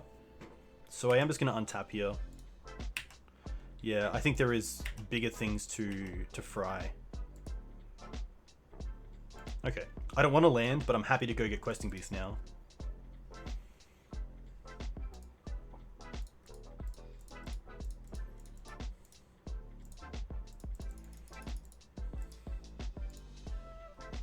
The other play was Uro, which is interesting, but I think Questing Beast here just to keep getting damage through is probably better. And a lot of their creatures are pretty small, so... Outside of something like Swords or Karakas, the Questing Beast is pretty good.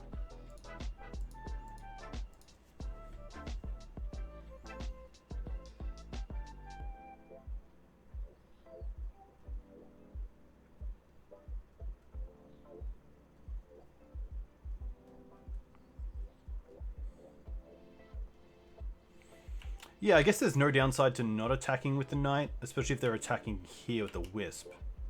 I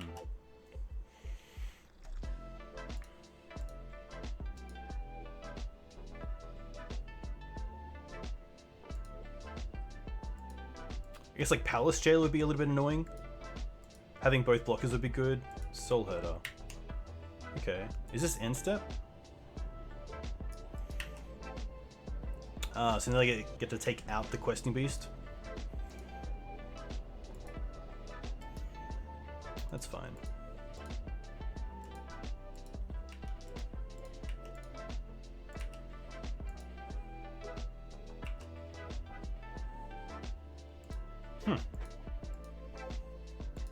I don't mind Green Suns for Uro.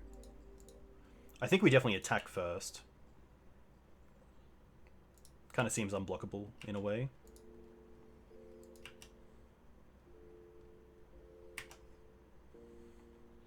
And then I feel like Green Suns for Knight is pretty good because of they kind of need their 5th mana. So if I can start wastelanding them, that's pretty good. And then I also have Swords to Plowshares. I feel like I just want to Swords now though. It doesn't play around Force Negation.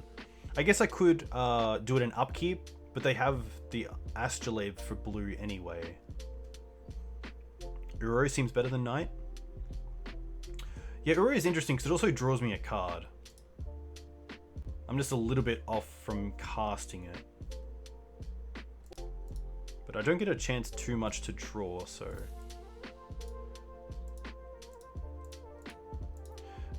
Yeah, it's interesting because they're also at quite a low life total, so if I get rid of the Soul Herder, they go to 12. But then I have a 4/4 Knight, the 4/4 Questing Beast, and also the Knight of Autumn.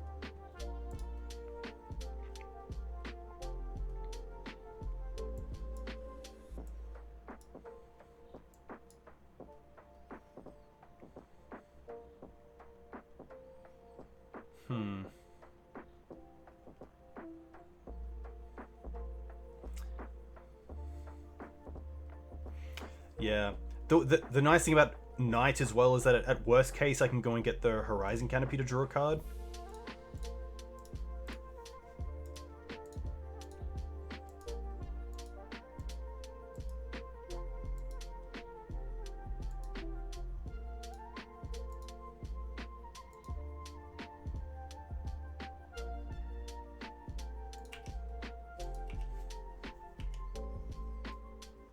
Yeah, that's very true.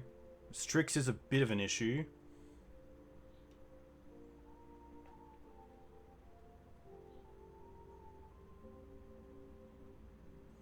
But I guess that's where Questing Beast is just so good.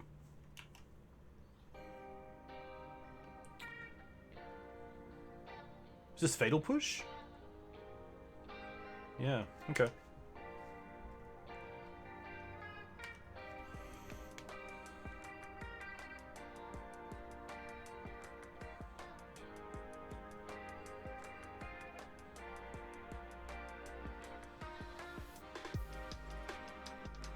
Astrolabe's okay. Brainstorm.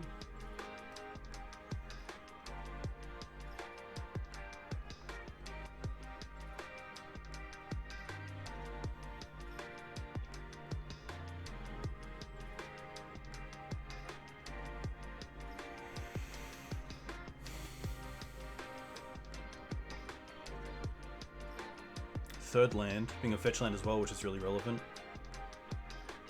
Strix.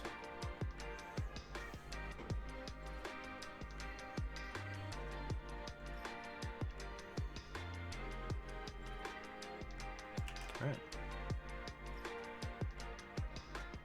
Skyclave. That's actually pretty nice.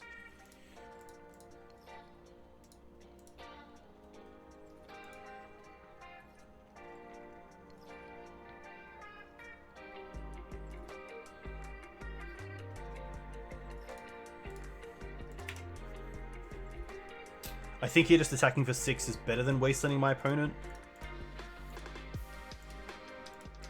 Just to really get some pressure going. I also have the option of draw a card with Knight, but I think here, just while I can, I like the attack with Knight.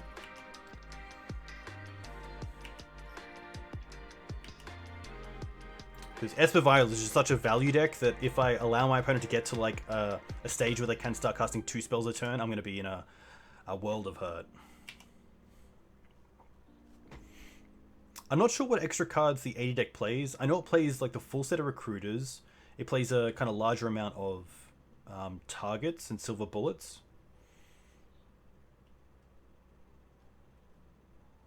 I'm not sure if their mana gets any better. I know that from my experience, Esper Vial has a pretty awful mana base outside of Astrolabe in this build and Aether Vial in the other. Yeah, Peacekeeper is very interesting.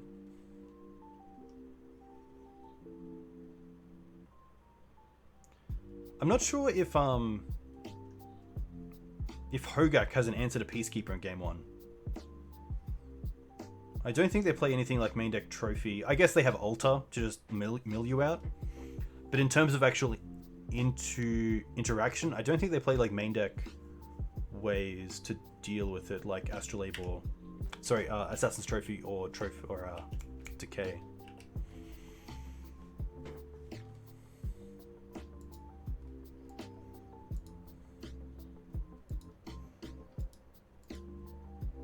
I think the first card my opponent needs is something like Plague Engineer on human.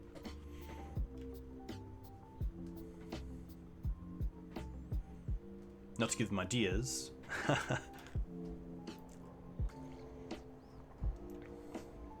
Meddling Mage and Altar and Peacekeeper is probably good enough in game 1. Yeah, that sounds pretty good.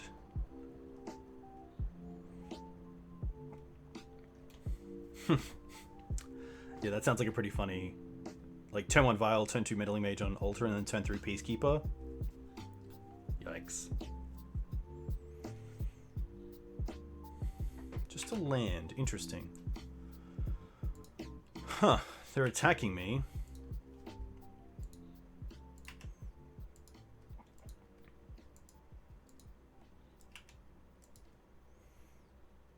They have 6 mana. I guess like Plague Engineer and Soul Herder would be broken. Recruiter.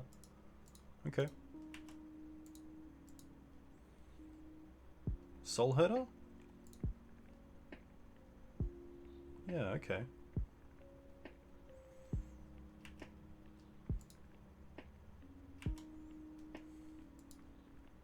Probably hitting the Knight of the Reliquary.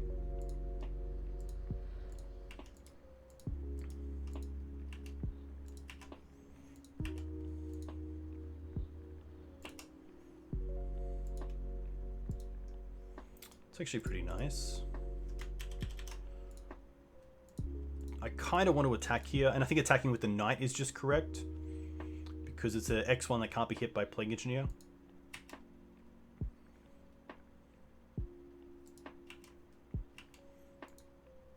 Or at least if it dies, it's one less X1 to worry about.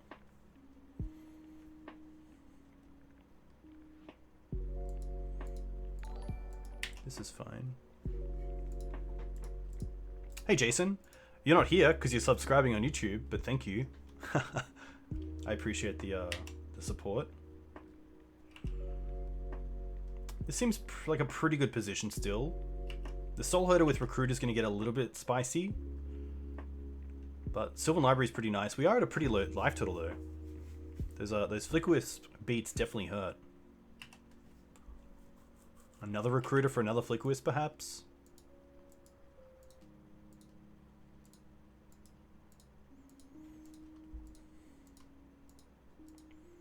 Skyclave, okay.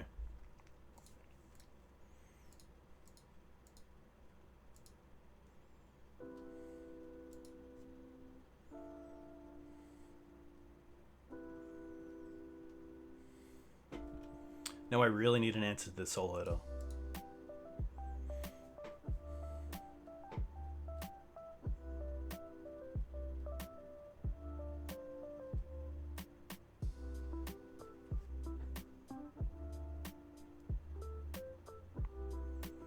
Yeah, definitely. Especially at the 6 mana mark when they can start casting 2 spells a turn and getting extra value out of it.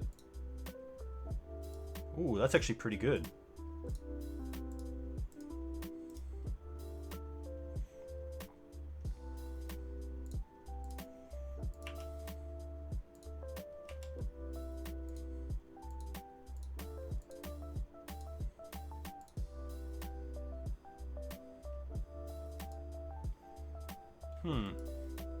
I think it's just attack with the illusion here, and probably take my opponent off the scrub land.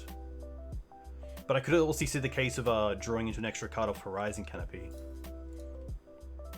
which I might as well do now.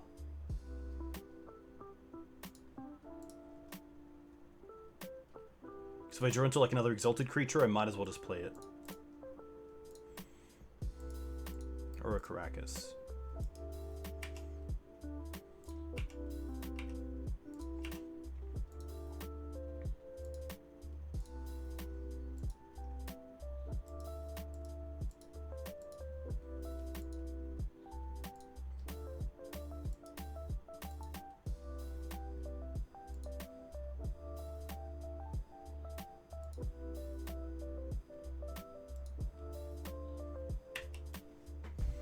Hey TRS, you should be able to see it on screen. Hey, thanks Saito, all the best. Enjoy your work and your week ahead. I'll hopefully catch you soon.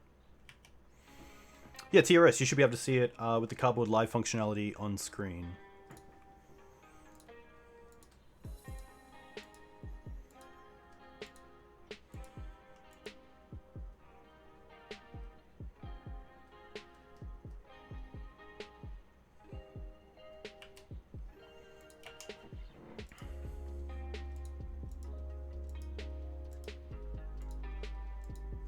I mean, Yorion here is pretty disgusting. I think that might be an old list. Yeah, sorry.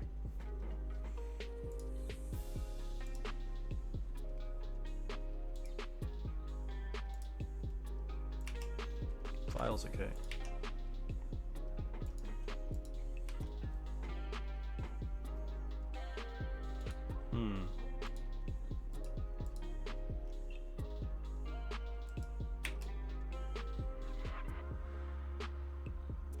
It might just be a case of attack with everything so that they lose at least some stuff to Yorion with, but it's not looking good.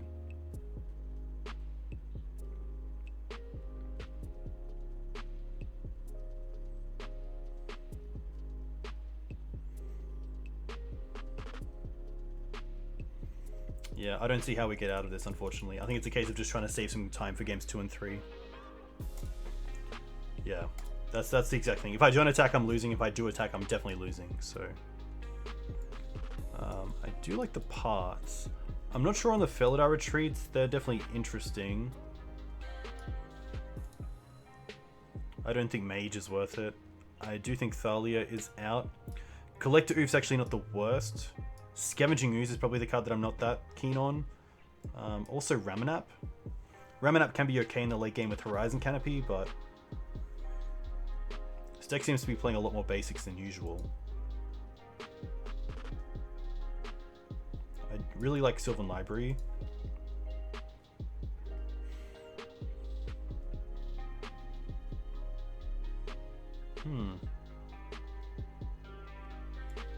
It's actually an interesting one. It might be Hex Drinker. There's so many ways for them to deal with Hex Drinker other than it being an 8/8. But maybe it's worth just having that in the deck as an option.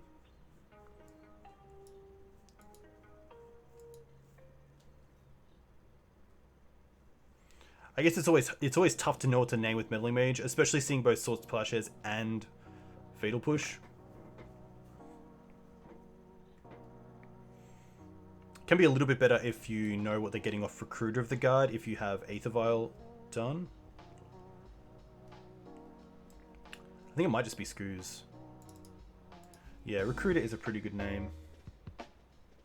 I'll see how we go with this, and then if there is a game 3, we can change it up.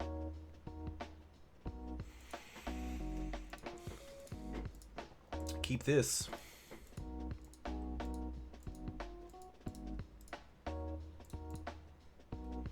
Just gonna go for a Savannah and play Noble Hierarch.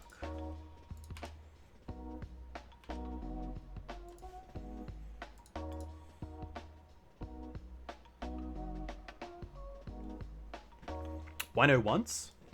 It was kind of tough to find room for it with the Okos in the list as well, and the amount of removal that I wanted. So instead of cutting down on extra mana dorks or the extra green suns, I just wanted to play more meat in the deck.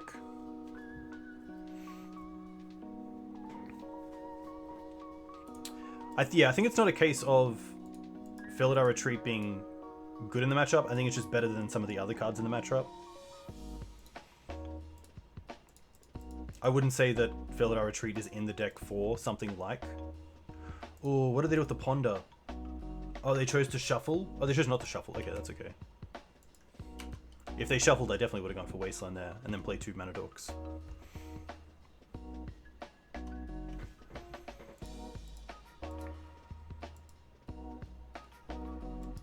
Strix is fine. Hey Quiz, welcome. Force, that's pretty interesting. I think I like Library here. And then Wasteland my opponent. Hey, you too! Hope you had a good time.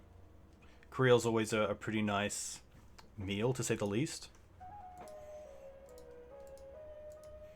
If this Force can hit like an Astrolabe as well, I'd be pretty happy. It's just rough though, because they've drawn a card off the Strix, they'll draw a card off the Astrolabe, and then we're trading 2 cards, so... Never a great time.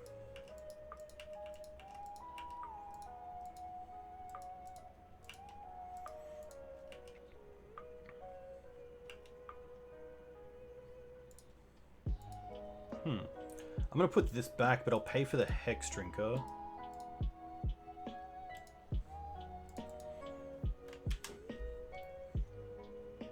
You worked at Creel briefly? Lucky. Lucky. I'm gonna keep 1 Noble for the Force. I don't want to play too much into Plague Engineer. And hopefully next turn we can play the Hex Drinker. So let's go for a drop. Play the bird and then attack with the Hierarch.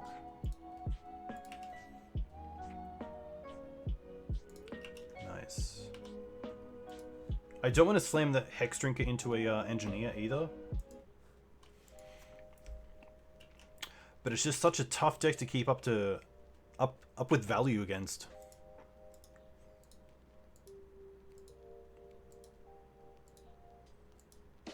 I mean, if they Engineer here, they deal with 2 cards and then have to use another card to deal with the Plague Engineer.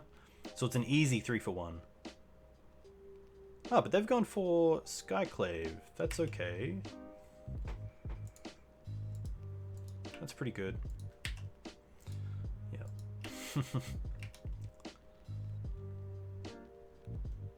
Oh, a lot of mana, but not much to do with it.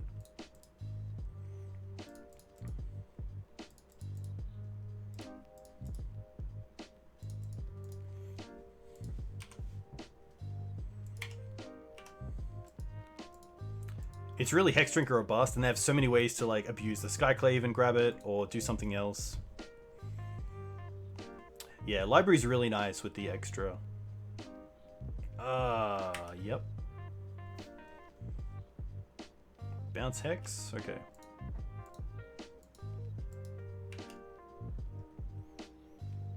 I probably don't mind trading the Force. I can't force.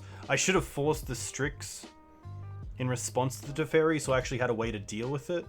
I guess I could hardcast Force here on the Strix and then attack with the bird, just to get rid of the Teferi.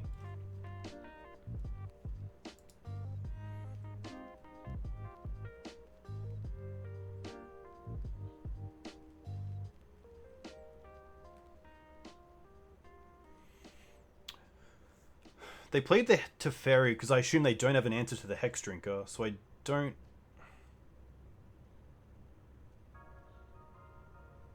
I probably don't mind just seeing if they trade the Strix with a bird here either.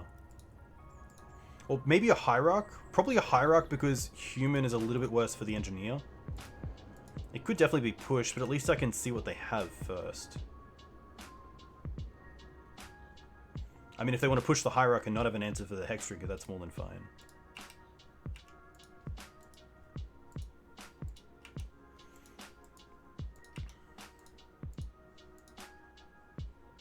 They will block. Okay.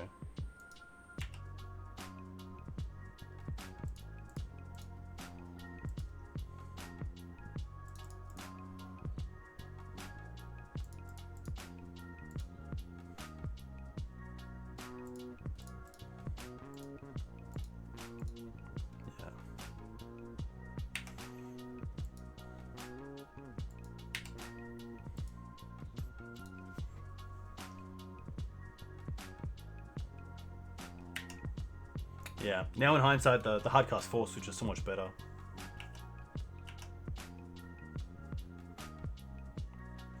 It's also a really feels good card. I mean, you can't always have everything, sadly.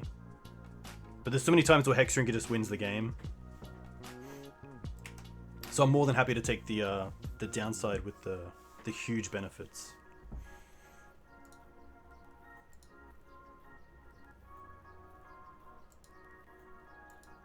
Recruiter.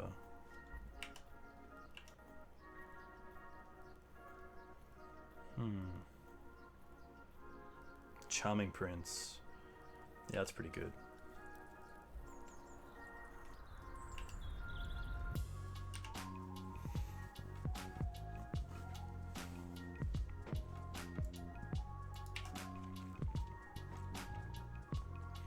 So I guess now we get to deal with the Teferi in the air, which is nice, but then we don't have great plays after. It's a start at least.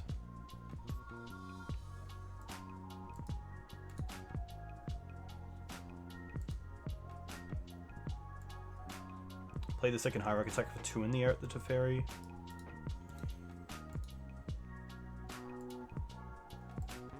And then I have swords on the Skyclave to then make a 2/2 that blocks the Charming Prince.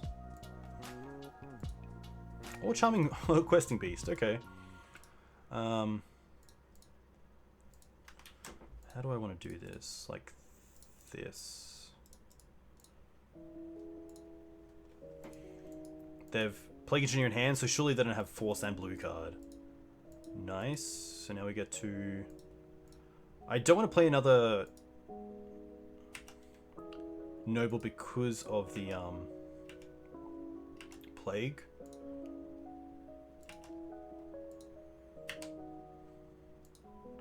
I think I just like this, holding up Force and also Swords to Plowshares.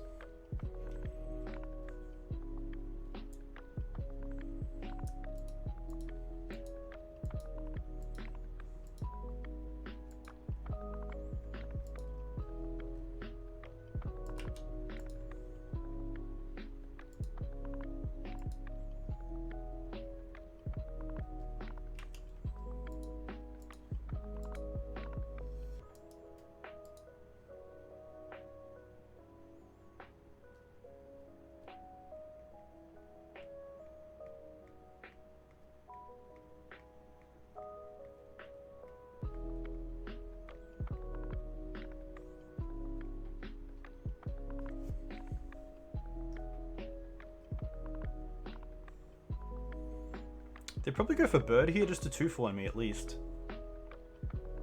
I don't think they care about the Exalted of Noble Hierarch, but maybe they do. Yeah, okay. Interesting. Oh, now they have Fatal Push. Yeah, that's rough.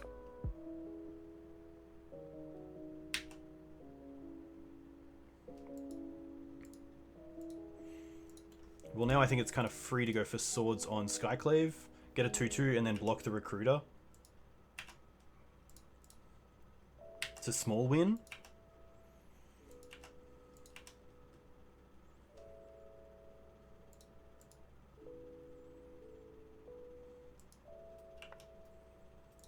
Attack with this first. No blocks.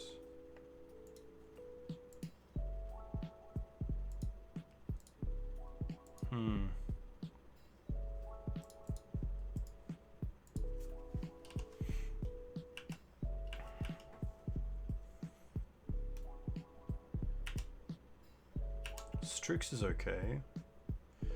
Yeah, I wasn't too sure if I wanted to play the Hierarch into the Plague, knowing how many times they could just rename something with the Plague and reset it, but I think because we're up to nearly full mana, I don't need the Hierarch anymore, and I kind of just came to that after damage, unfortunately. It's just a case of me not talking about my plays beforehand.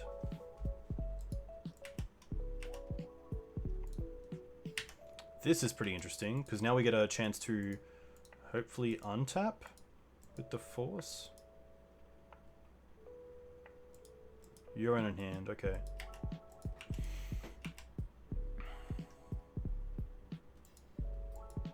Okay.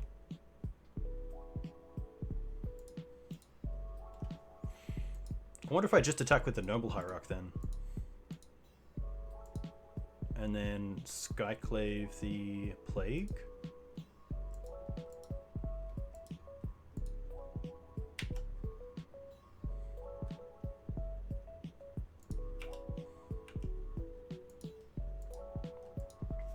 I could Skyclave Strix, but then I lose my nobles to the Plague. So I think it's just attack with here, see how they block.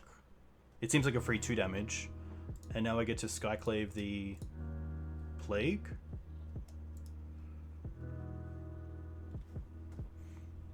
Hey, thanks, Sachina.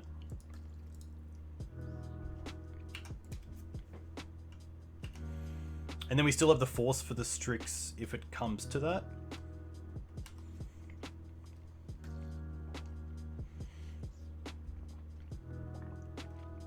It's just scary that I know they have Yorion, but they could have land and 3-drop, which just works so well with Yorion here.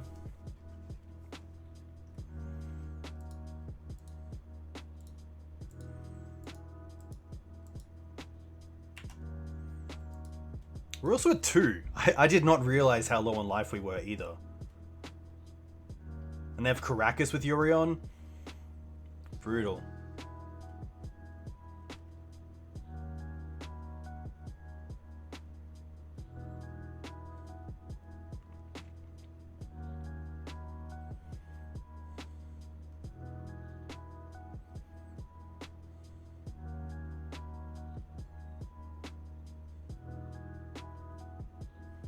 Yeah, I like to gain 3 just to play around any sort of shenanigans.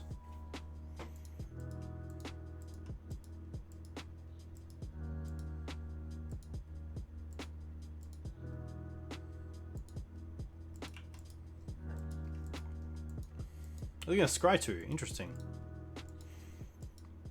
Makes sense. Card quality is pretty huge.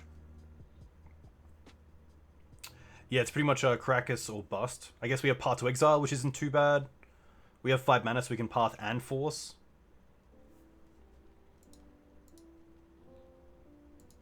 Or Swords.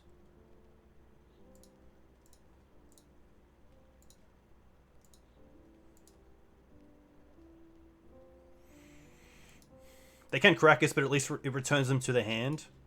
So then we can attack for 4.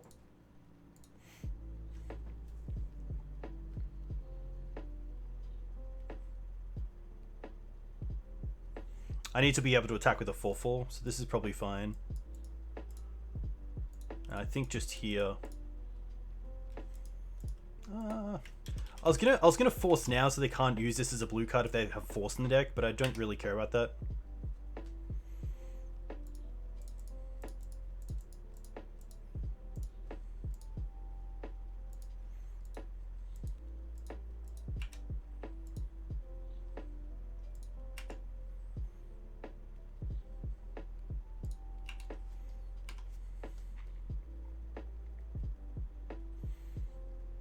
I don't want to attack with both creatures because they could just block the Skyclave and then get a 3/3 as well.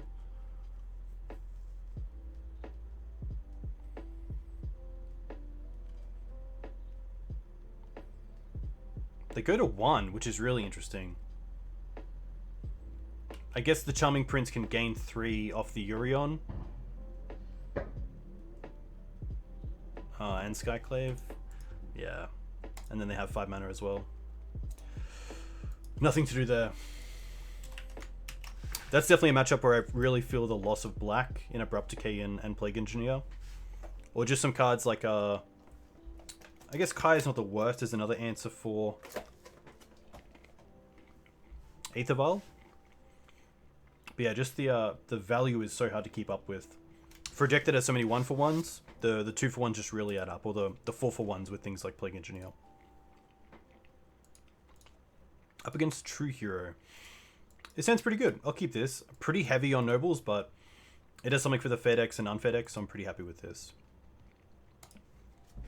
Where is the 80 card Rainbow Maverick?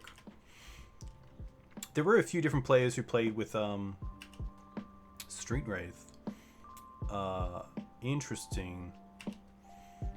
I wonder if this is either Doomsday or some version of like Bug. I assume Bug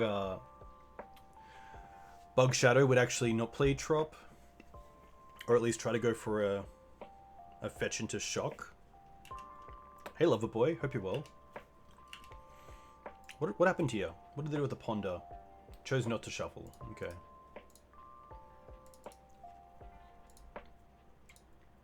I'm just gonna go for a basic here. So I do kind of lose to a Wasteland and a... I was gonna say removal spell, but with Trop in play, I don't really care about removal.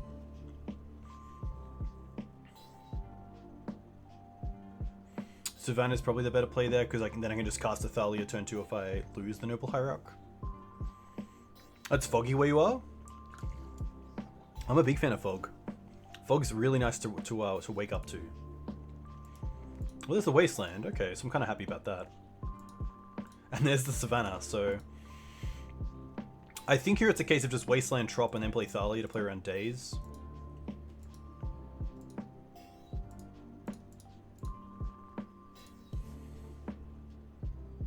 Nice.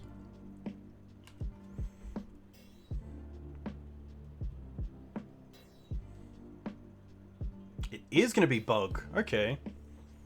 That's very interesting. Snuff Out. And Shadow? Yeah, okay. Ooh, Oko's pretty good. Oko's really good. They could still have Daze. That's interesting.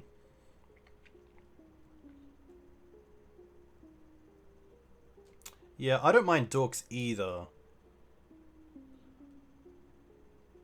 Dorks also allow me to go into 2 3-mana spells next turn.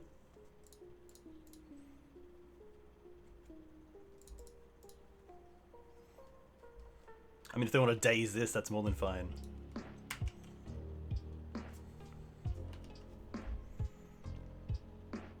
Yeah, that's very true. Not when you have to drive through it. I will say that sounds pretty bad. But otherwise, on a day off, it sounds okay.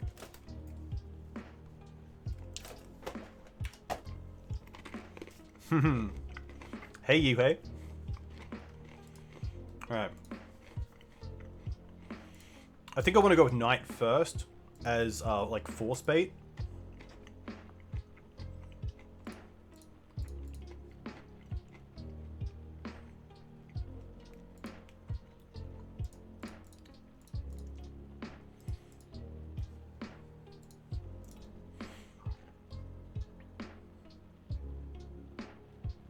Stubborn denial.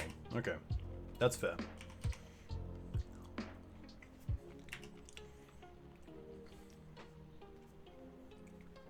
Oh, they have the Snuff Out as well.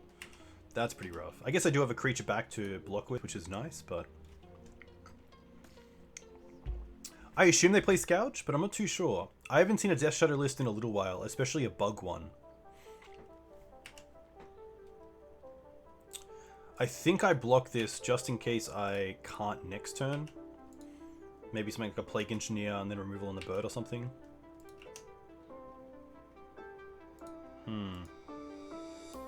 This is actually interesting. I can attack for 2. Put him down to 3, and then I have like a lethal Green Suns. I'm not gonna play this.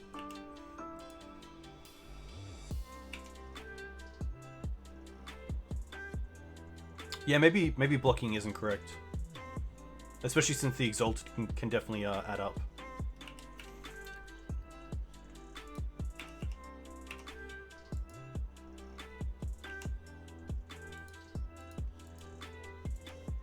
Interesting. Questing Beast, Green Suns. Ooh, Skyclave's pretty good. I'll play this.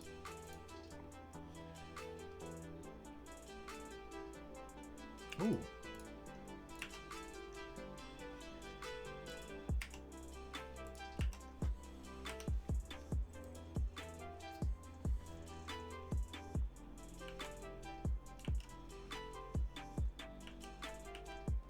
Oh, they die if they force it? That's very true.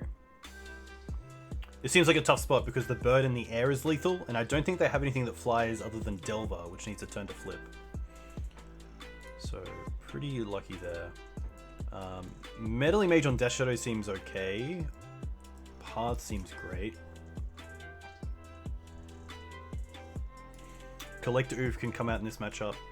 I'm not too sure how good Scavenging Ooze is, but it could be interesting as just a big threat. Thalia still seems great even on the draw. Sylvan Library is interesting. I probably can't be too aggressive with it. Knight of Autumn is probably a card. I guess in Bug there is Sylvan Library, but we do have Skyclave Apparitions. Knight of Autumn otherwise doesn't do a whole lot. Hey Coke. Yeah, always tough with Esper Vial. But very cool to see him being played, especially the Yorion version. I'm a huge fan. Just value everywhere. I think it's just these four. I think everything else has its place. Ramanap's still really good, especially seeing their mana base.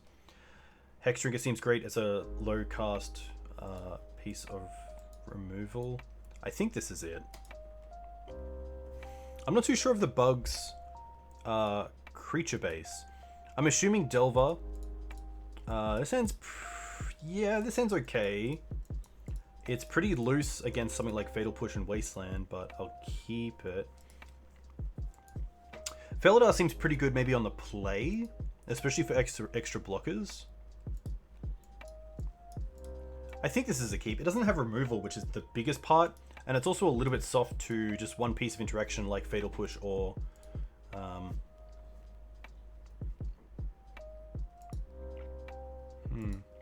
This is actually an interesting hand, because if we go turn 1 Hierarch, we can go turn 2 Hexdrinker, Cradle, tick it up to 4 straight away. So I think just for that, I'm going to keep this. And then we have Questing Beast to back it up with as well, so we have a pretty aggressive play, which is nice. Yeah, pretty high upside. We're up a game, which is nice. And we might get in a position where they have to block out creatures instead of having to actually draw into removal, which is kind of cool. Ponder. Okay. Yeah, Berserk would be a pretty great card to have in this deck. Mishra's Bauble, okay. Green Suns. I think just to play around Wasteland, I am going to go for Forest here. Where is Maverick in the meta right now? I wouldn't say it's at the top tables, but I would say it still has game against most of the decks. It's just in a really tough position because the other mid-range decks are just so good at grinding. A lot of 2-for-1s, a lot of permanents that stick around and get extra value. It's, yeah, it is a little bit on the fair side, I would say. Yeah, tier 2, tier 2.5. It's been a little while, but it did win a challenge a few months back. But yeah, I think if I was gonna, I'm just gonna get the Forest. I'm gonna be a scared boy. I apologize, chat, but I don't like the thought of getting Wastelanded out.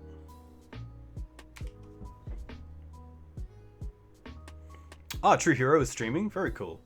I'll have to raid them after. Watery Grave's okay. Snuff Out. Wow, that's aggressive. Goif. Okay. I guess there's a 3/6 that's pretty good. Let's go for Hex into Dryad Arbor.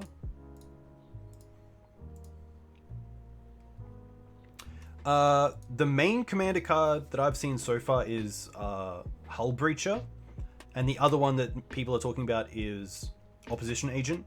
And there's been some love for the courts, mainly the blue court that mills, and the white court that creates a 1/1 or a 4/4 if you're the Monarch. They're probably the big four. I'm not sure if chat knows of any others.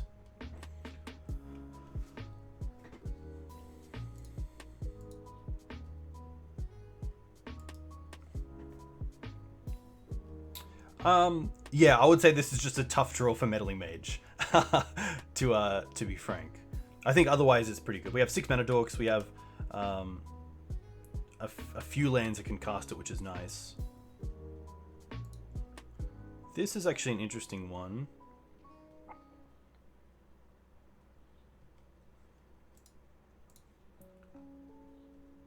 Traverse reveals Wasteland. Okay.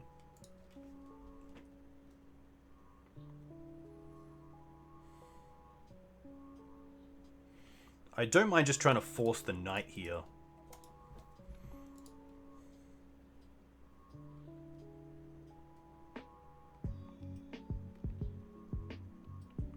Daze is tough, but I couldn't really play around it. I don't think going for a mana dork was...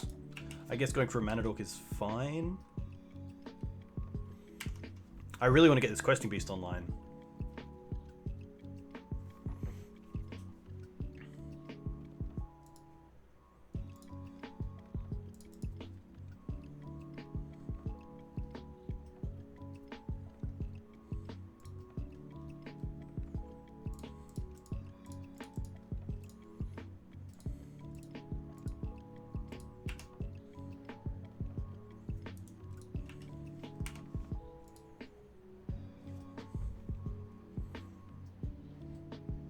Alright, what you got?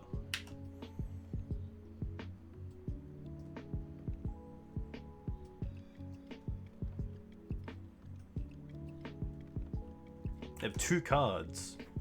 They could attack me, but they're not going to. That's interesting. Skyclave? Or Green Suns. Okay.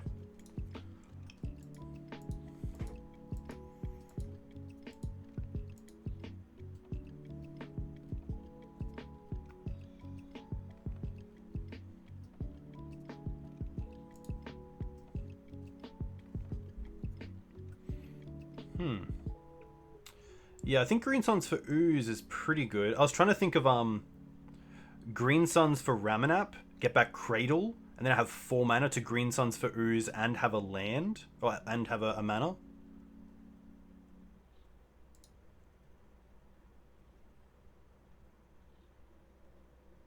Yeah, Ramanap seems really fun. I'm not sure if that's overplaying though. I'm not sure if it's correct to play around Daze by Green Suns for 2 for Skoos and then have a green open for eating something. You were thinking Uro? Interesting. Uro is pretty good as well. Let's see what happens. We're streaming. We're streaming. We're playing a league. This isn't some sort of PTQ. Can't be too. Yeah. Okay. That's just resolved. So now we get to back Cradle, and then we get to go Green Suns again. Oh no! Oh, rough.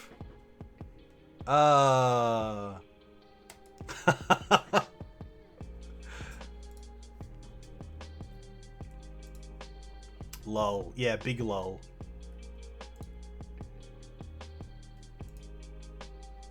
Oh my gosh. I'm pretty happy to attack with the Questing Beast here, just get the Goyf off the field. And if they have a Fatal Push, they have a Fatal Push. But at least we're going wide enough that maybe Hextrig next turn is just good enough. They're gonna fetch. Okay. I hope that doesn't come back to bite us.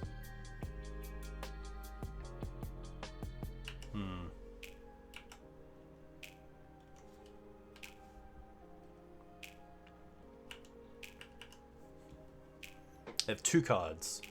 They have 2 cards, and they're wanting to cast something right now. Oko? Plague Engineer. Okay, that's pretty good.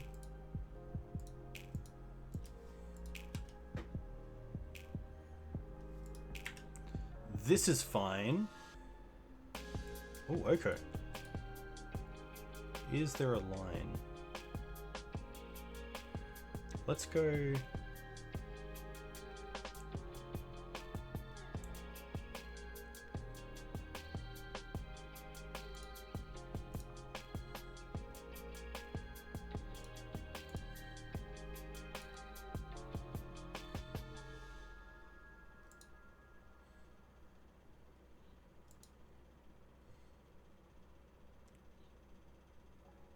Oh, I don't mind. I think the players Oko tick up on Dried Arbor, attack for 4. They have to block, and then we replay Dried Arbor from the bin. Yeah, I like that a lot.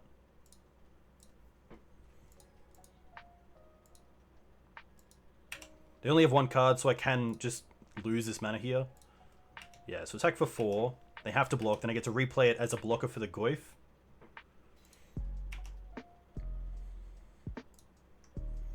And I also get to cast this. Meddling Mage. Which is interesting.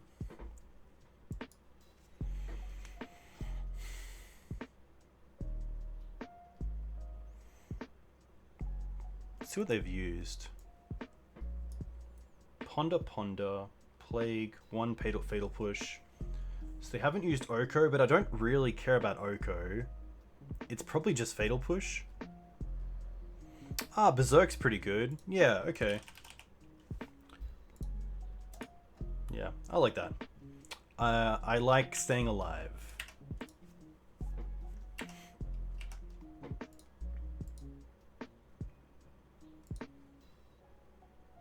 I guess they could have removal spell Berserk, but look, if that's gonna get me, then that's fine.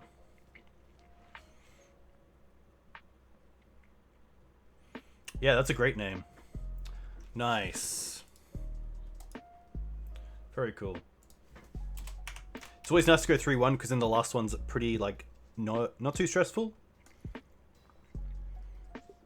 I want to know if they had it as well. I think True Hero streams. I think someone in chat just said they were streaming, so it would be interesting to see what they had.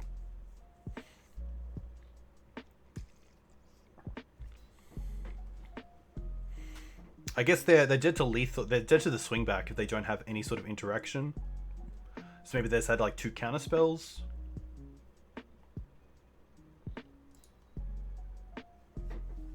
Or a land and a counter spell. A little bit loose this league, but I have chat to back me up, so I'm not too unhappy.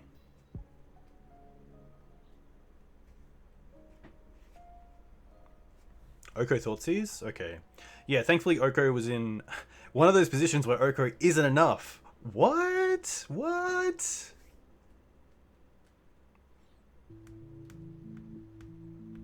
And that was just a beatdown strategy. We didn't have any removal other than Oko, which is kind of nice. No Path, no Swords, no Skyclave. Oko bad, unheard of.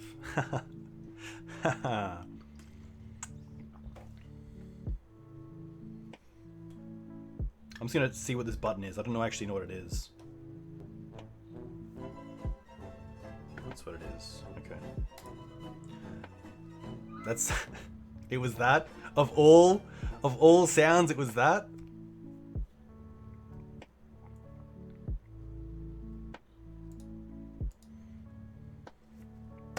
Hey, thanks Eli. A huge thank you for the navigation through some of these games. Enjoy your week ahead. I'll hopefully catch you soon. I'm definitely not keeping a 1-lander. This is much better. I'll keep this. And I will bottom... probably just the Savannah, because I can find it off either fetch.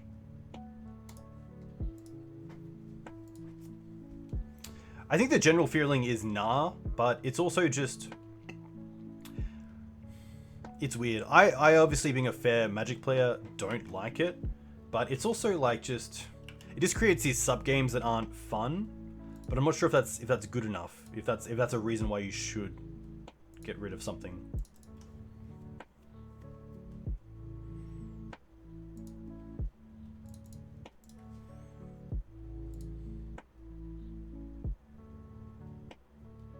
Marshflat's Pass is always interesting. Not too sure what my opponent's on. That always symbolizes to me something fair, or something really unfair, like Mono Black Control, some sort of Entomb deck. I think Marshflat's into Entomb is a pretty common move. Could also be like a Dead Guy Ale kind of strategy. Interesting.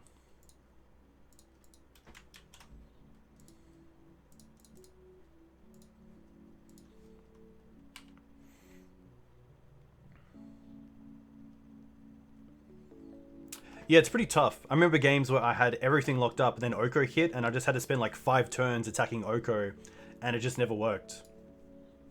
Interesting play from my opponent. Double Wasteland when I have the acceleration. Put on top, put on top.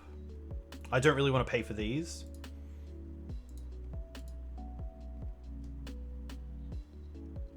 I'd much rather just keep building up my mana. I'm going to get a Noble Hierarch to kind of break up my X1s.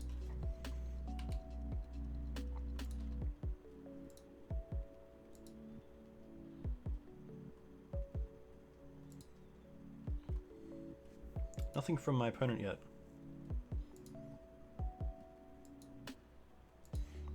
They get a Plains. Interesting. This could be like a... Oh, maybe it is Maverick. Chalice on 1. Okay. That seems okay, especially with the Knight.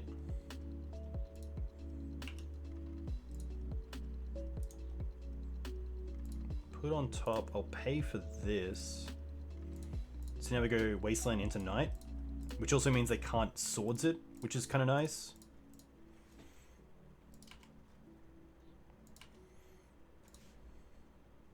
Interesting. So they got main deck Chalice, they have Savannah, Marshflats, Wasteland. My first intentions is something like green-white Eldrazi, but this could also be some sort of green-white Stompy deck. So straight away, Thalias don't seem great. Force of Vigor seems good. Path probably seems okay. And then there's probably some number of Meddling Mage or Gaddock Teeg. It could be Loam, but it's really interesting to go for a basic Plains off that Marsh Flats.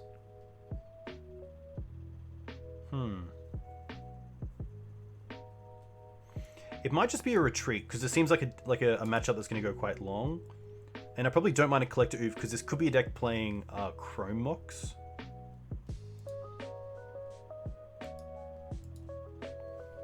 But hopefully this game 2, if we do go down, we have a better idea after if any of these sort of silver bullet creatures can be taken out. Hey Yihwei, are you going to be playing the Mox Day down in Melbourne? That looks pretty good. 3 days of paper, Legacy, Highlander, and Modern, which is pretty cool. Do you know what you're playing for each event? Teeg is interesting because I assume they might have some sort of Khan package, which would be pretty devastating. Not sure what to play. Do you have Bug Zenith in paper? I know that you have, I believe, Rug Delver in paper. This is a pretty strong hand. I'll keep this. Just not sure what I'm going to fetch for, especially against a Wasteland deck.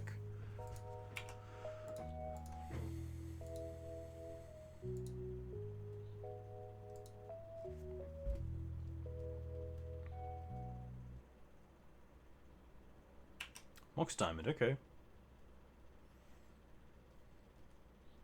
Cavernous Souls.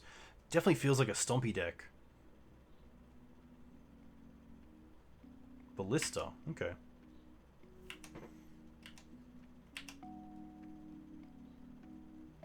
Knight. Huh. I'm just going to play Windswept and pass. I can hopefully Swords the Walking Ballista on their end step and play around Wasteland and then untap and play the Noble. Or see what they cast at 3 mana if they have land 3-drop.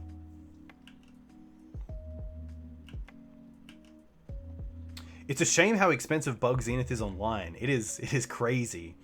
Oh, it is going to be green-white Eldrazi. Interesting. Well, then I'll definitely keep the swords around. Oh, okay. We get a chance here. Savannah, Swords, untap Noble and Wasteland. They could pump it. Oh, they can't pump it up. They don't have actual 2 mana here. So yeah, they're actually just going to sack that. I'm okay with that. Yeah, green-white is actually interesting. Green-white's something that I've played before. I think it's here. Green-white Depths, Green-white Maverick, Green-white Maverick. I swear I have a deck that's like a green-white Mav. Maybe it's just called Eldrazi? Colorless Taxes? That's not it. It's definitely a deck. But now the question is, do I value the... I think I value the Wasteland more on my side because of my hand than I do on theirs. Unfortunately. I don't think I'm in a position where I can Wasteland. I'm not too scared of something like Thought-Knot Seer, which is great.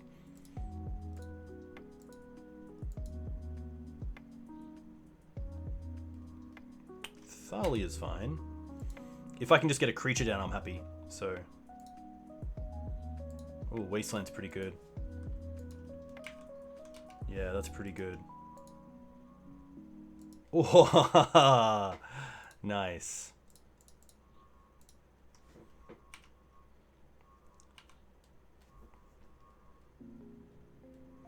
Yeah, so you can play Noble Hierarchs in this list, so you can still turn to a Thought-Knot Seer, which is pretty good.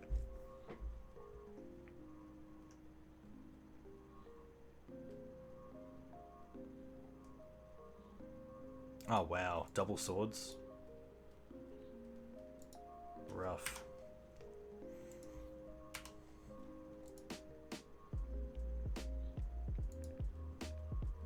Yeah, Thalia is really cool. This is a great deck to play it against. And the first strike and 3 damage can be really powerful as well.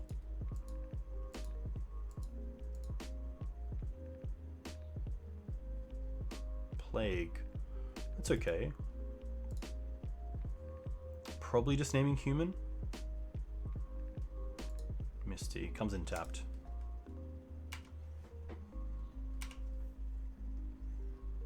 Thalia Guardian for fairness. I like that.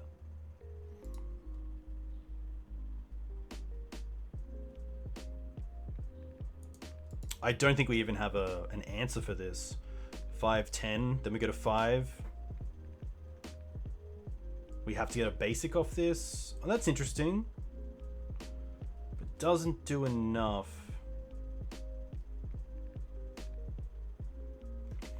Yeah, because we could Skyclave away one of these, but then it's not good enough either way. Everything comes in tapped, yeah. I think the play might have just been Skyclave on the Thalia, to be fair. I'm just going to run this back. Collector Oof is good, Scavenging Ooze is okay. Ramanap's good, Skyclave, Philidar. Yeah, I'm just going to run this back. I don't really want the extra Philidar. Having 2 in my opening would be pretty clunky. This is fine. I'll keep this.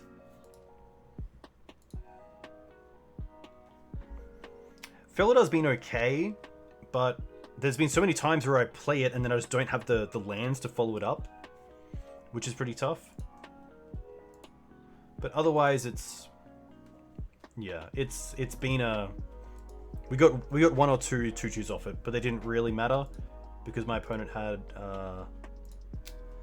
Kaya in play to answer it. Yeah, I'm not too sure if I want to get Forest here. I think I do, but it's tough. So I think that the Dried Arbor is really the force target.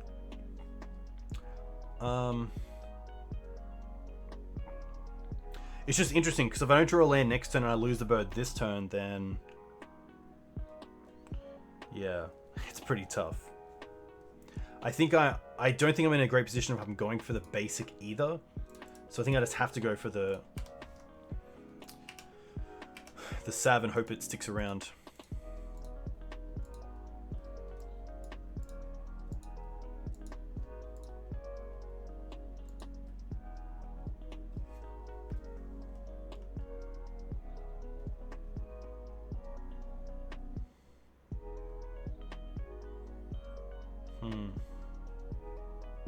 Ooh.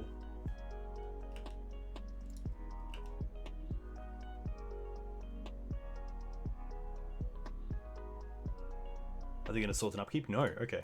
That's actually kind of nice, because now we get to go Green Suns for Noble Hierarch.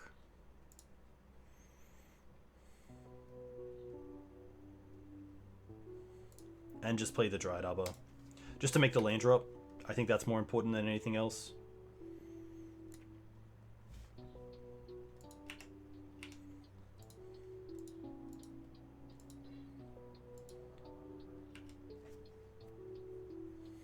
Once is okay.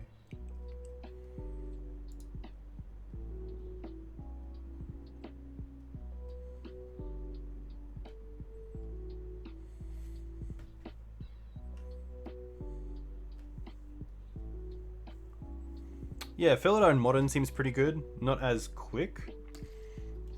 Or at least in the mid-range decks where you want it. A lot of these mid-range decks are relying on things like Uro and Field to get through.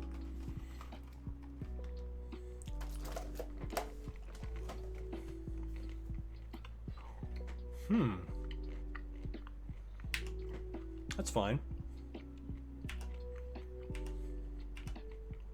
Wasteland off the top would be huge. Misty, okay. So let's go Swords.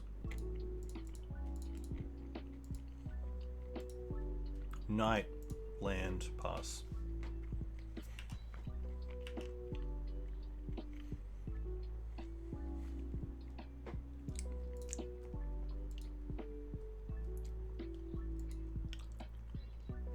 Uro is pretty nice here as well.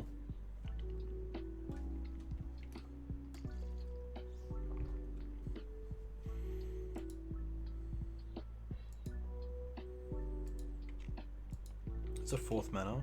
Okay. Green. Jailer's very aggressive here. Because we're going to become the Monarch, I believe, by flying in the air. So they're going to draw 1 card, but then it's going to be quite hard for my opponent to get the Monarch back. Especially if we draw like Wasteland to stifle them or some sort of like Swords to Plowshares.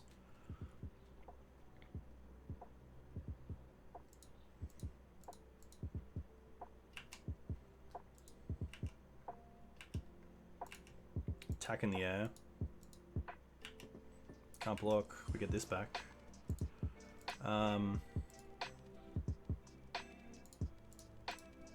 Let's go with Uro first. Draw a card first. Zenith. No. And then I am going to fetch for the Noble Hierarch. Truck.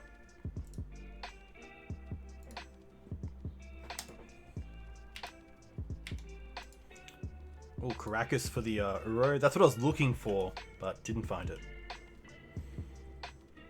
Maybe they played the Jailer because they have something like Eldrazi Displacer?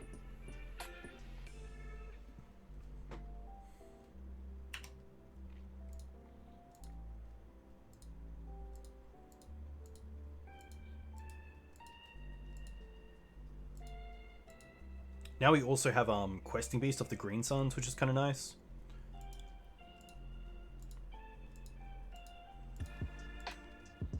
I'm pretty happy just to block the Palace Jailer with the Noble Hierarch, so they're probably considering if they want to deal with the Hierarch now or not. See how I block.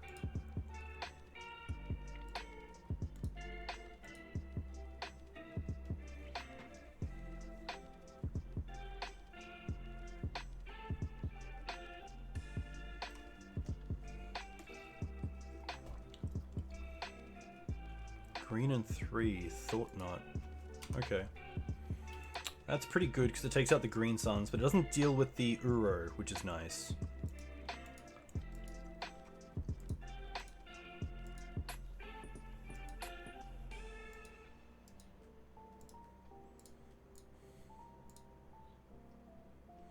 This also allows me to put an extra card in the bin, which is kind of nice.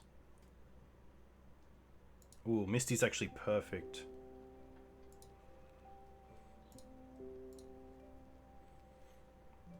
Go and get Savannah. Blue, blue, green, green. Uro. 1, 2, 3, 4, 5. Draw a card first. It's pretty good.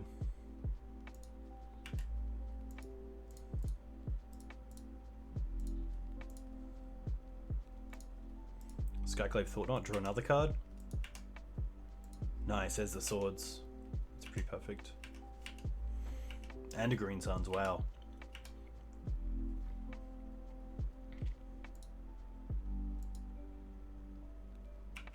That's fine.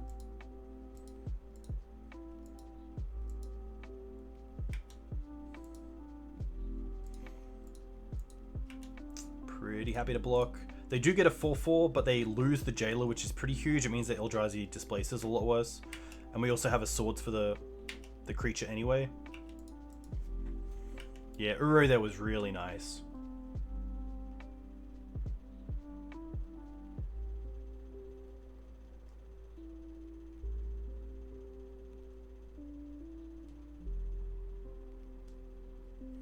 What's this gonna be?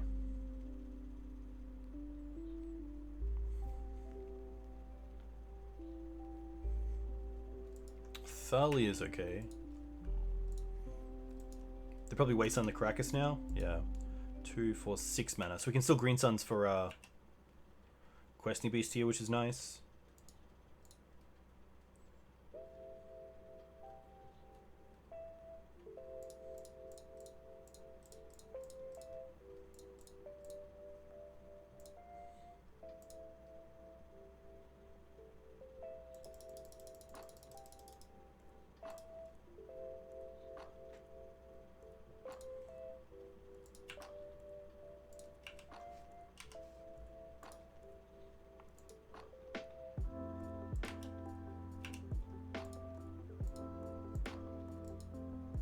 Now we have some really nice removal.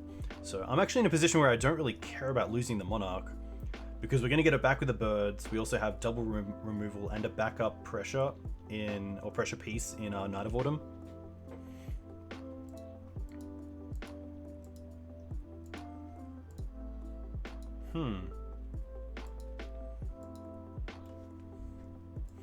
I think I just want to keep it. There might be a world where they get back into it by gaining the Monarch, and at least this means that I do trade. Thought Knot's more than fine.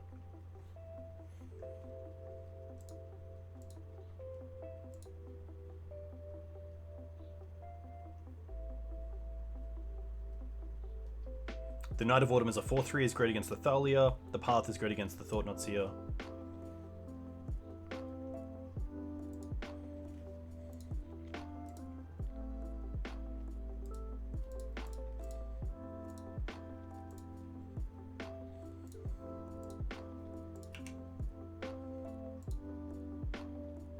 I could have cast that with the Dried Arbor and got him for 1 in the air, which is probably correct.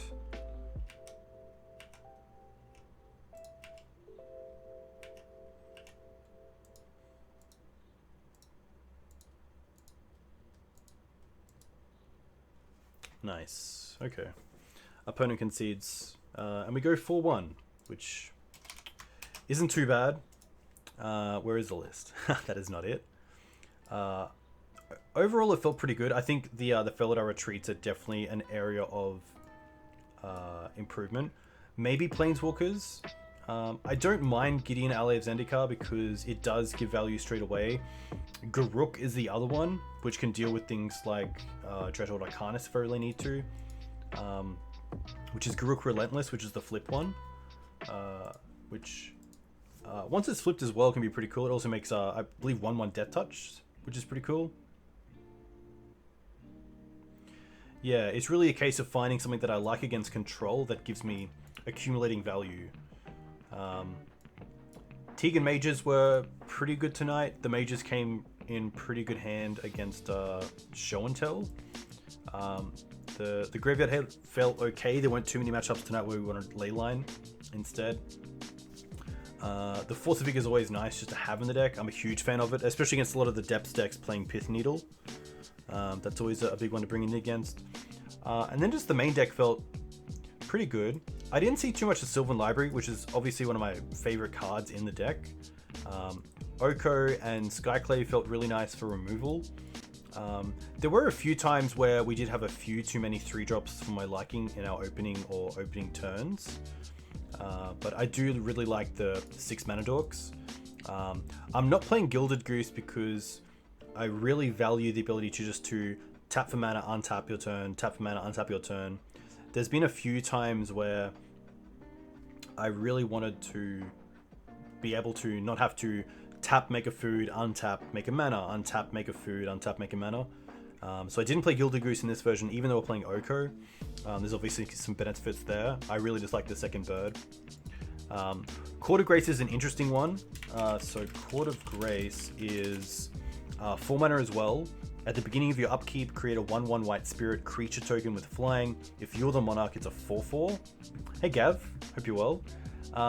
The only reason that I don't like it is that this deck doesn't have ways to deal with go wide strategies. So you can be a little bit weak against decks like Goblins, Elves, Death and Taxes, Esper, Vial, even Ice Fang decks.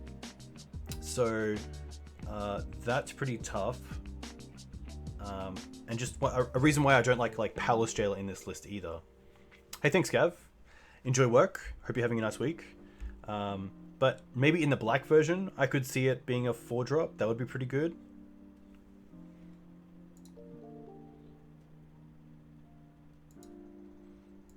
Why not just WOG? I'm not sure what WOG is.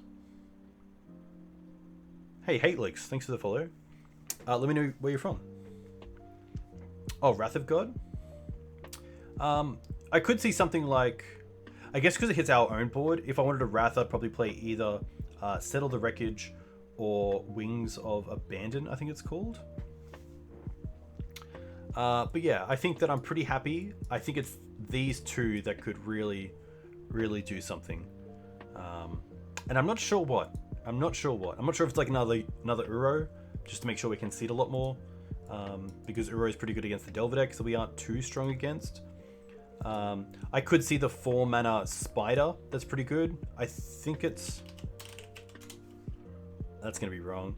It's a Spider for 4 mana, I believe, that makes a 1/2 Spider token for every instant or sorcery cast, which is kind of good against Delver in some of the control matchups because it can allow you to go wide. But yeah, otherwise it's a tough one. Blue doesn't give you too many options for any sort of Wrath effect, but I think it's just a case of maybe playing some more matchups and seeing how this goes. I'm going to quickly see who else is playing. And it looks like Nathan is, which is nice. Playing Blue-White Omni, which is cool. If you guys want to find me on YouTube, you can find me here. You can find me on Twitter here. I'll be back on Sunday morning around 10 a.m. or 10:30 a.m. Australian Eastern Legacy time. Are you from Spain? Very cool. Thanks for checking me out. Hope you're well. But yeah, that's it. I'm gonna quickly raid Nathan, who is also playing some Legacy, which is cool. Yeah, my name is Dougal on Twitch. I usually stream Legacy Maverick. I usually stream twice a week, but have more uploads on my YouTube channel, which you can find in chat or below this stream. You can find me on the Green Sun Zenith as well, and also Twitter, which should be in chat now. Enjoy your weeks ahead. Thanks for tuning in. We'll see you next time. Cheers.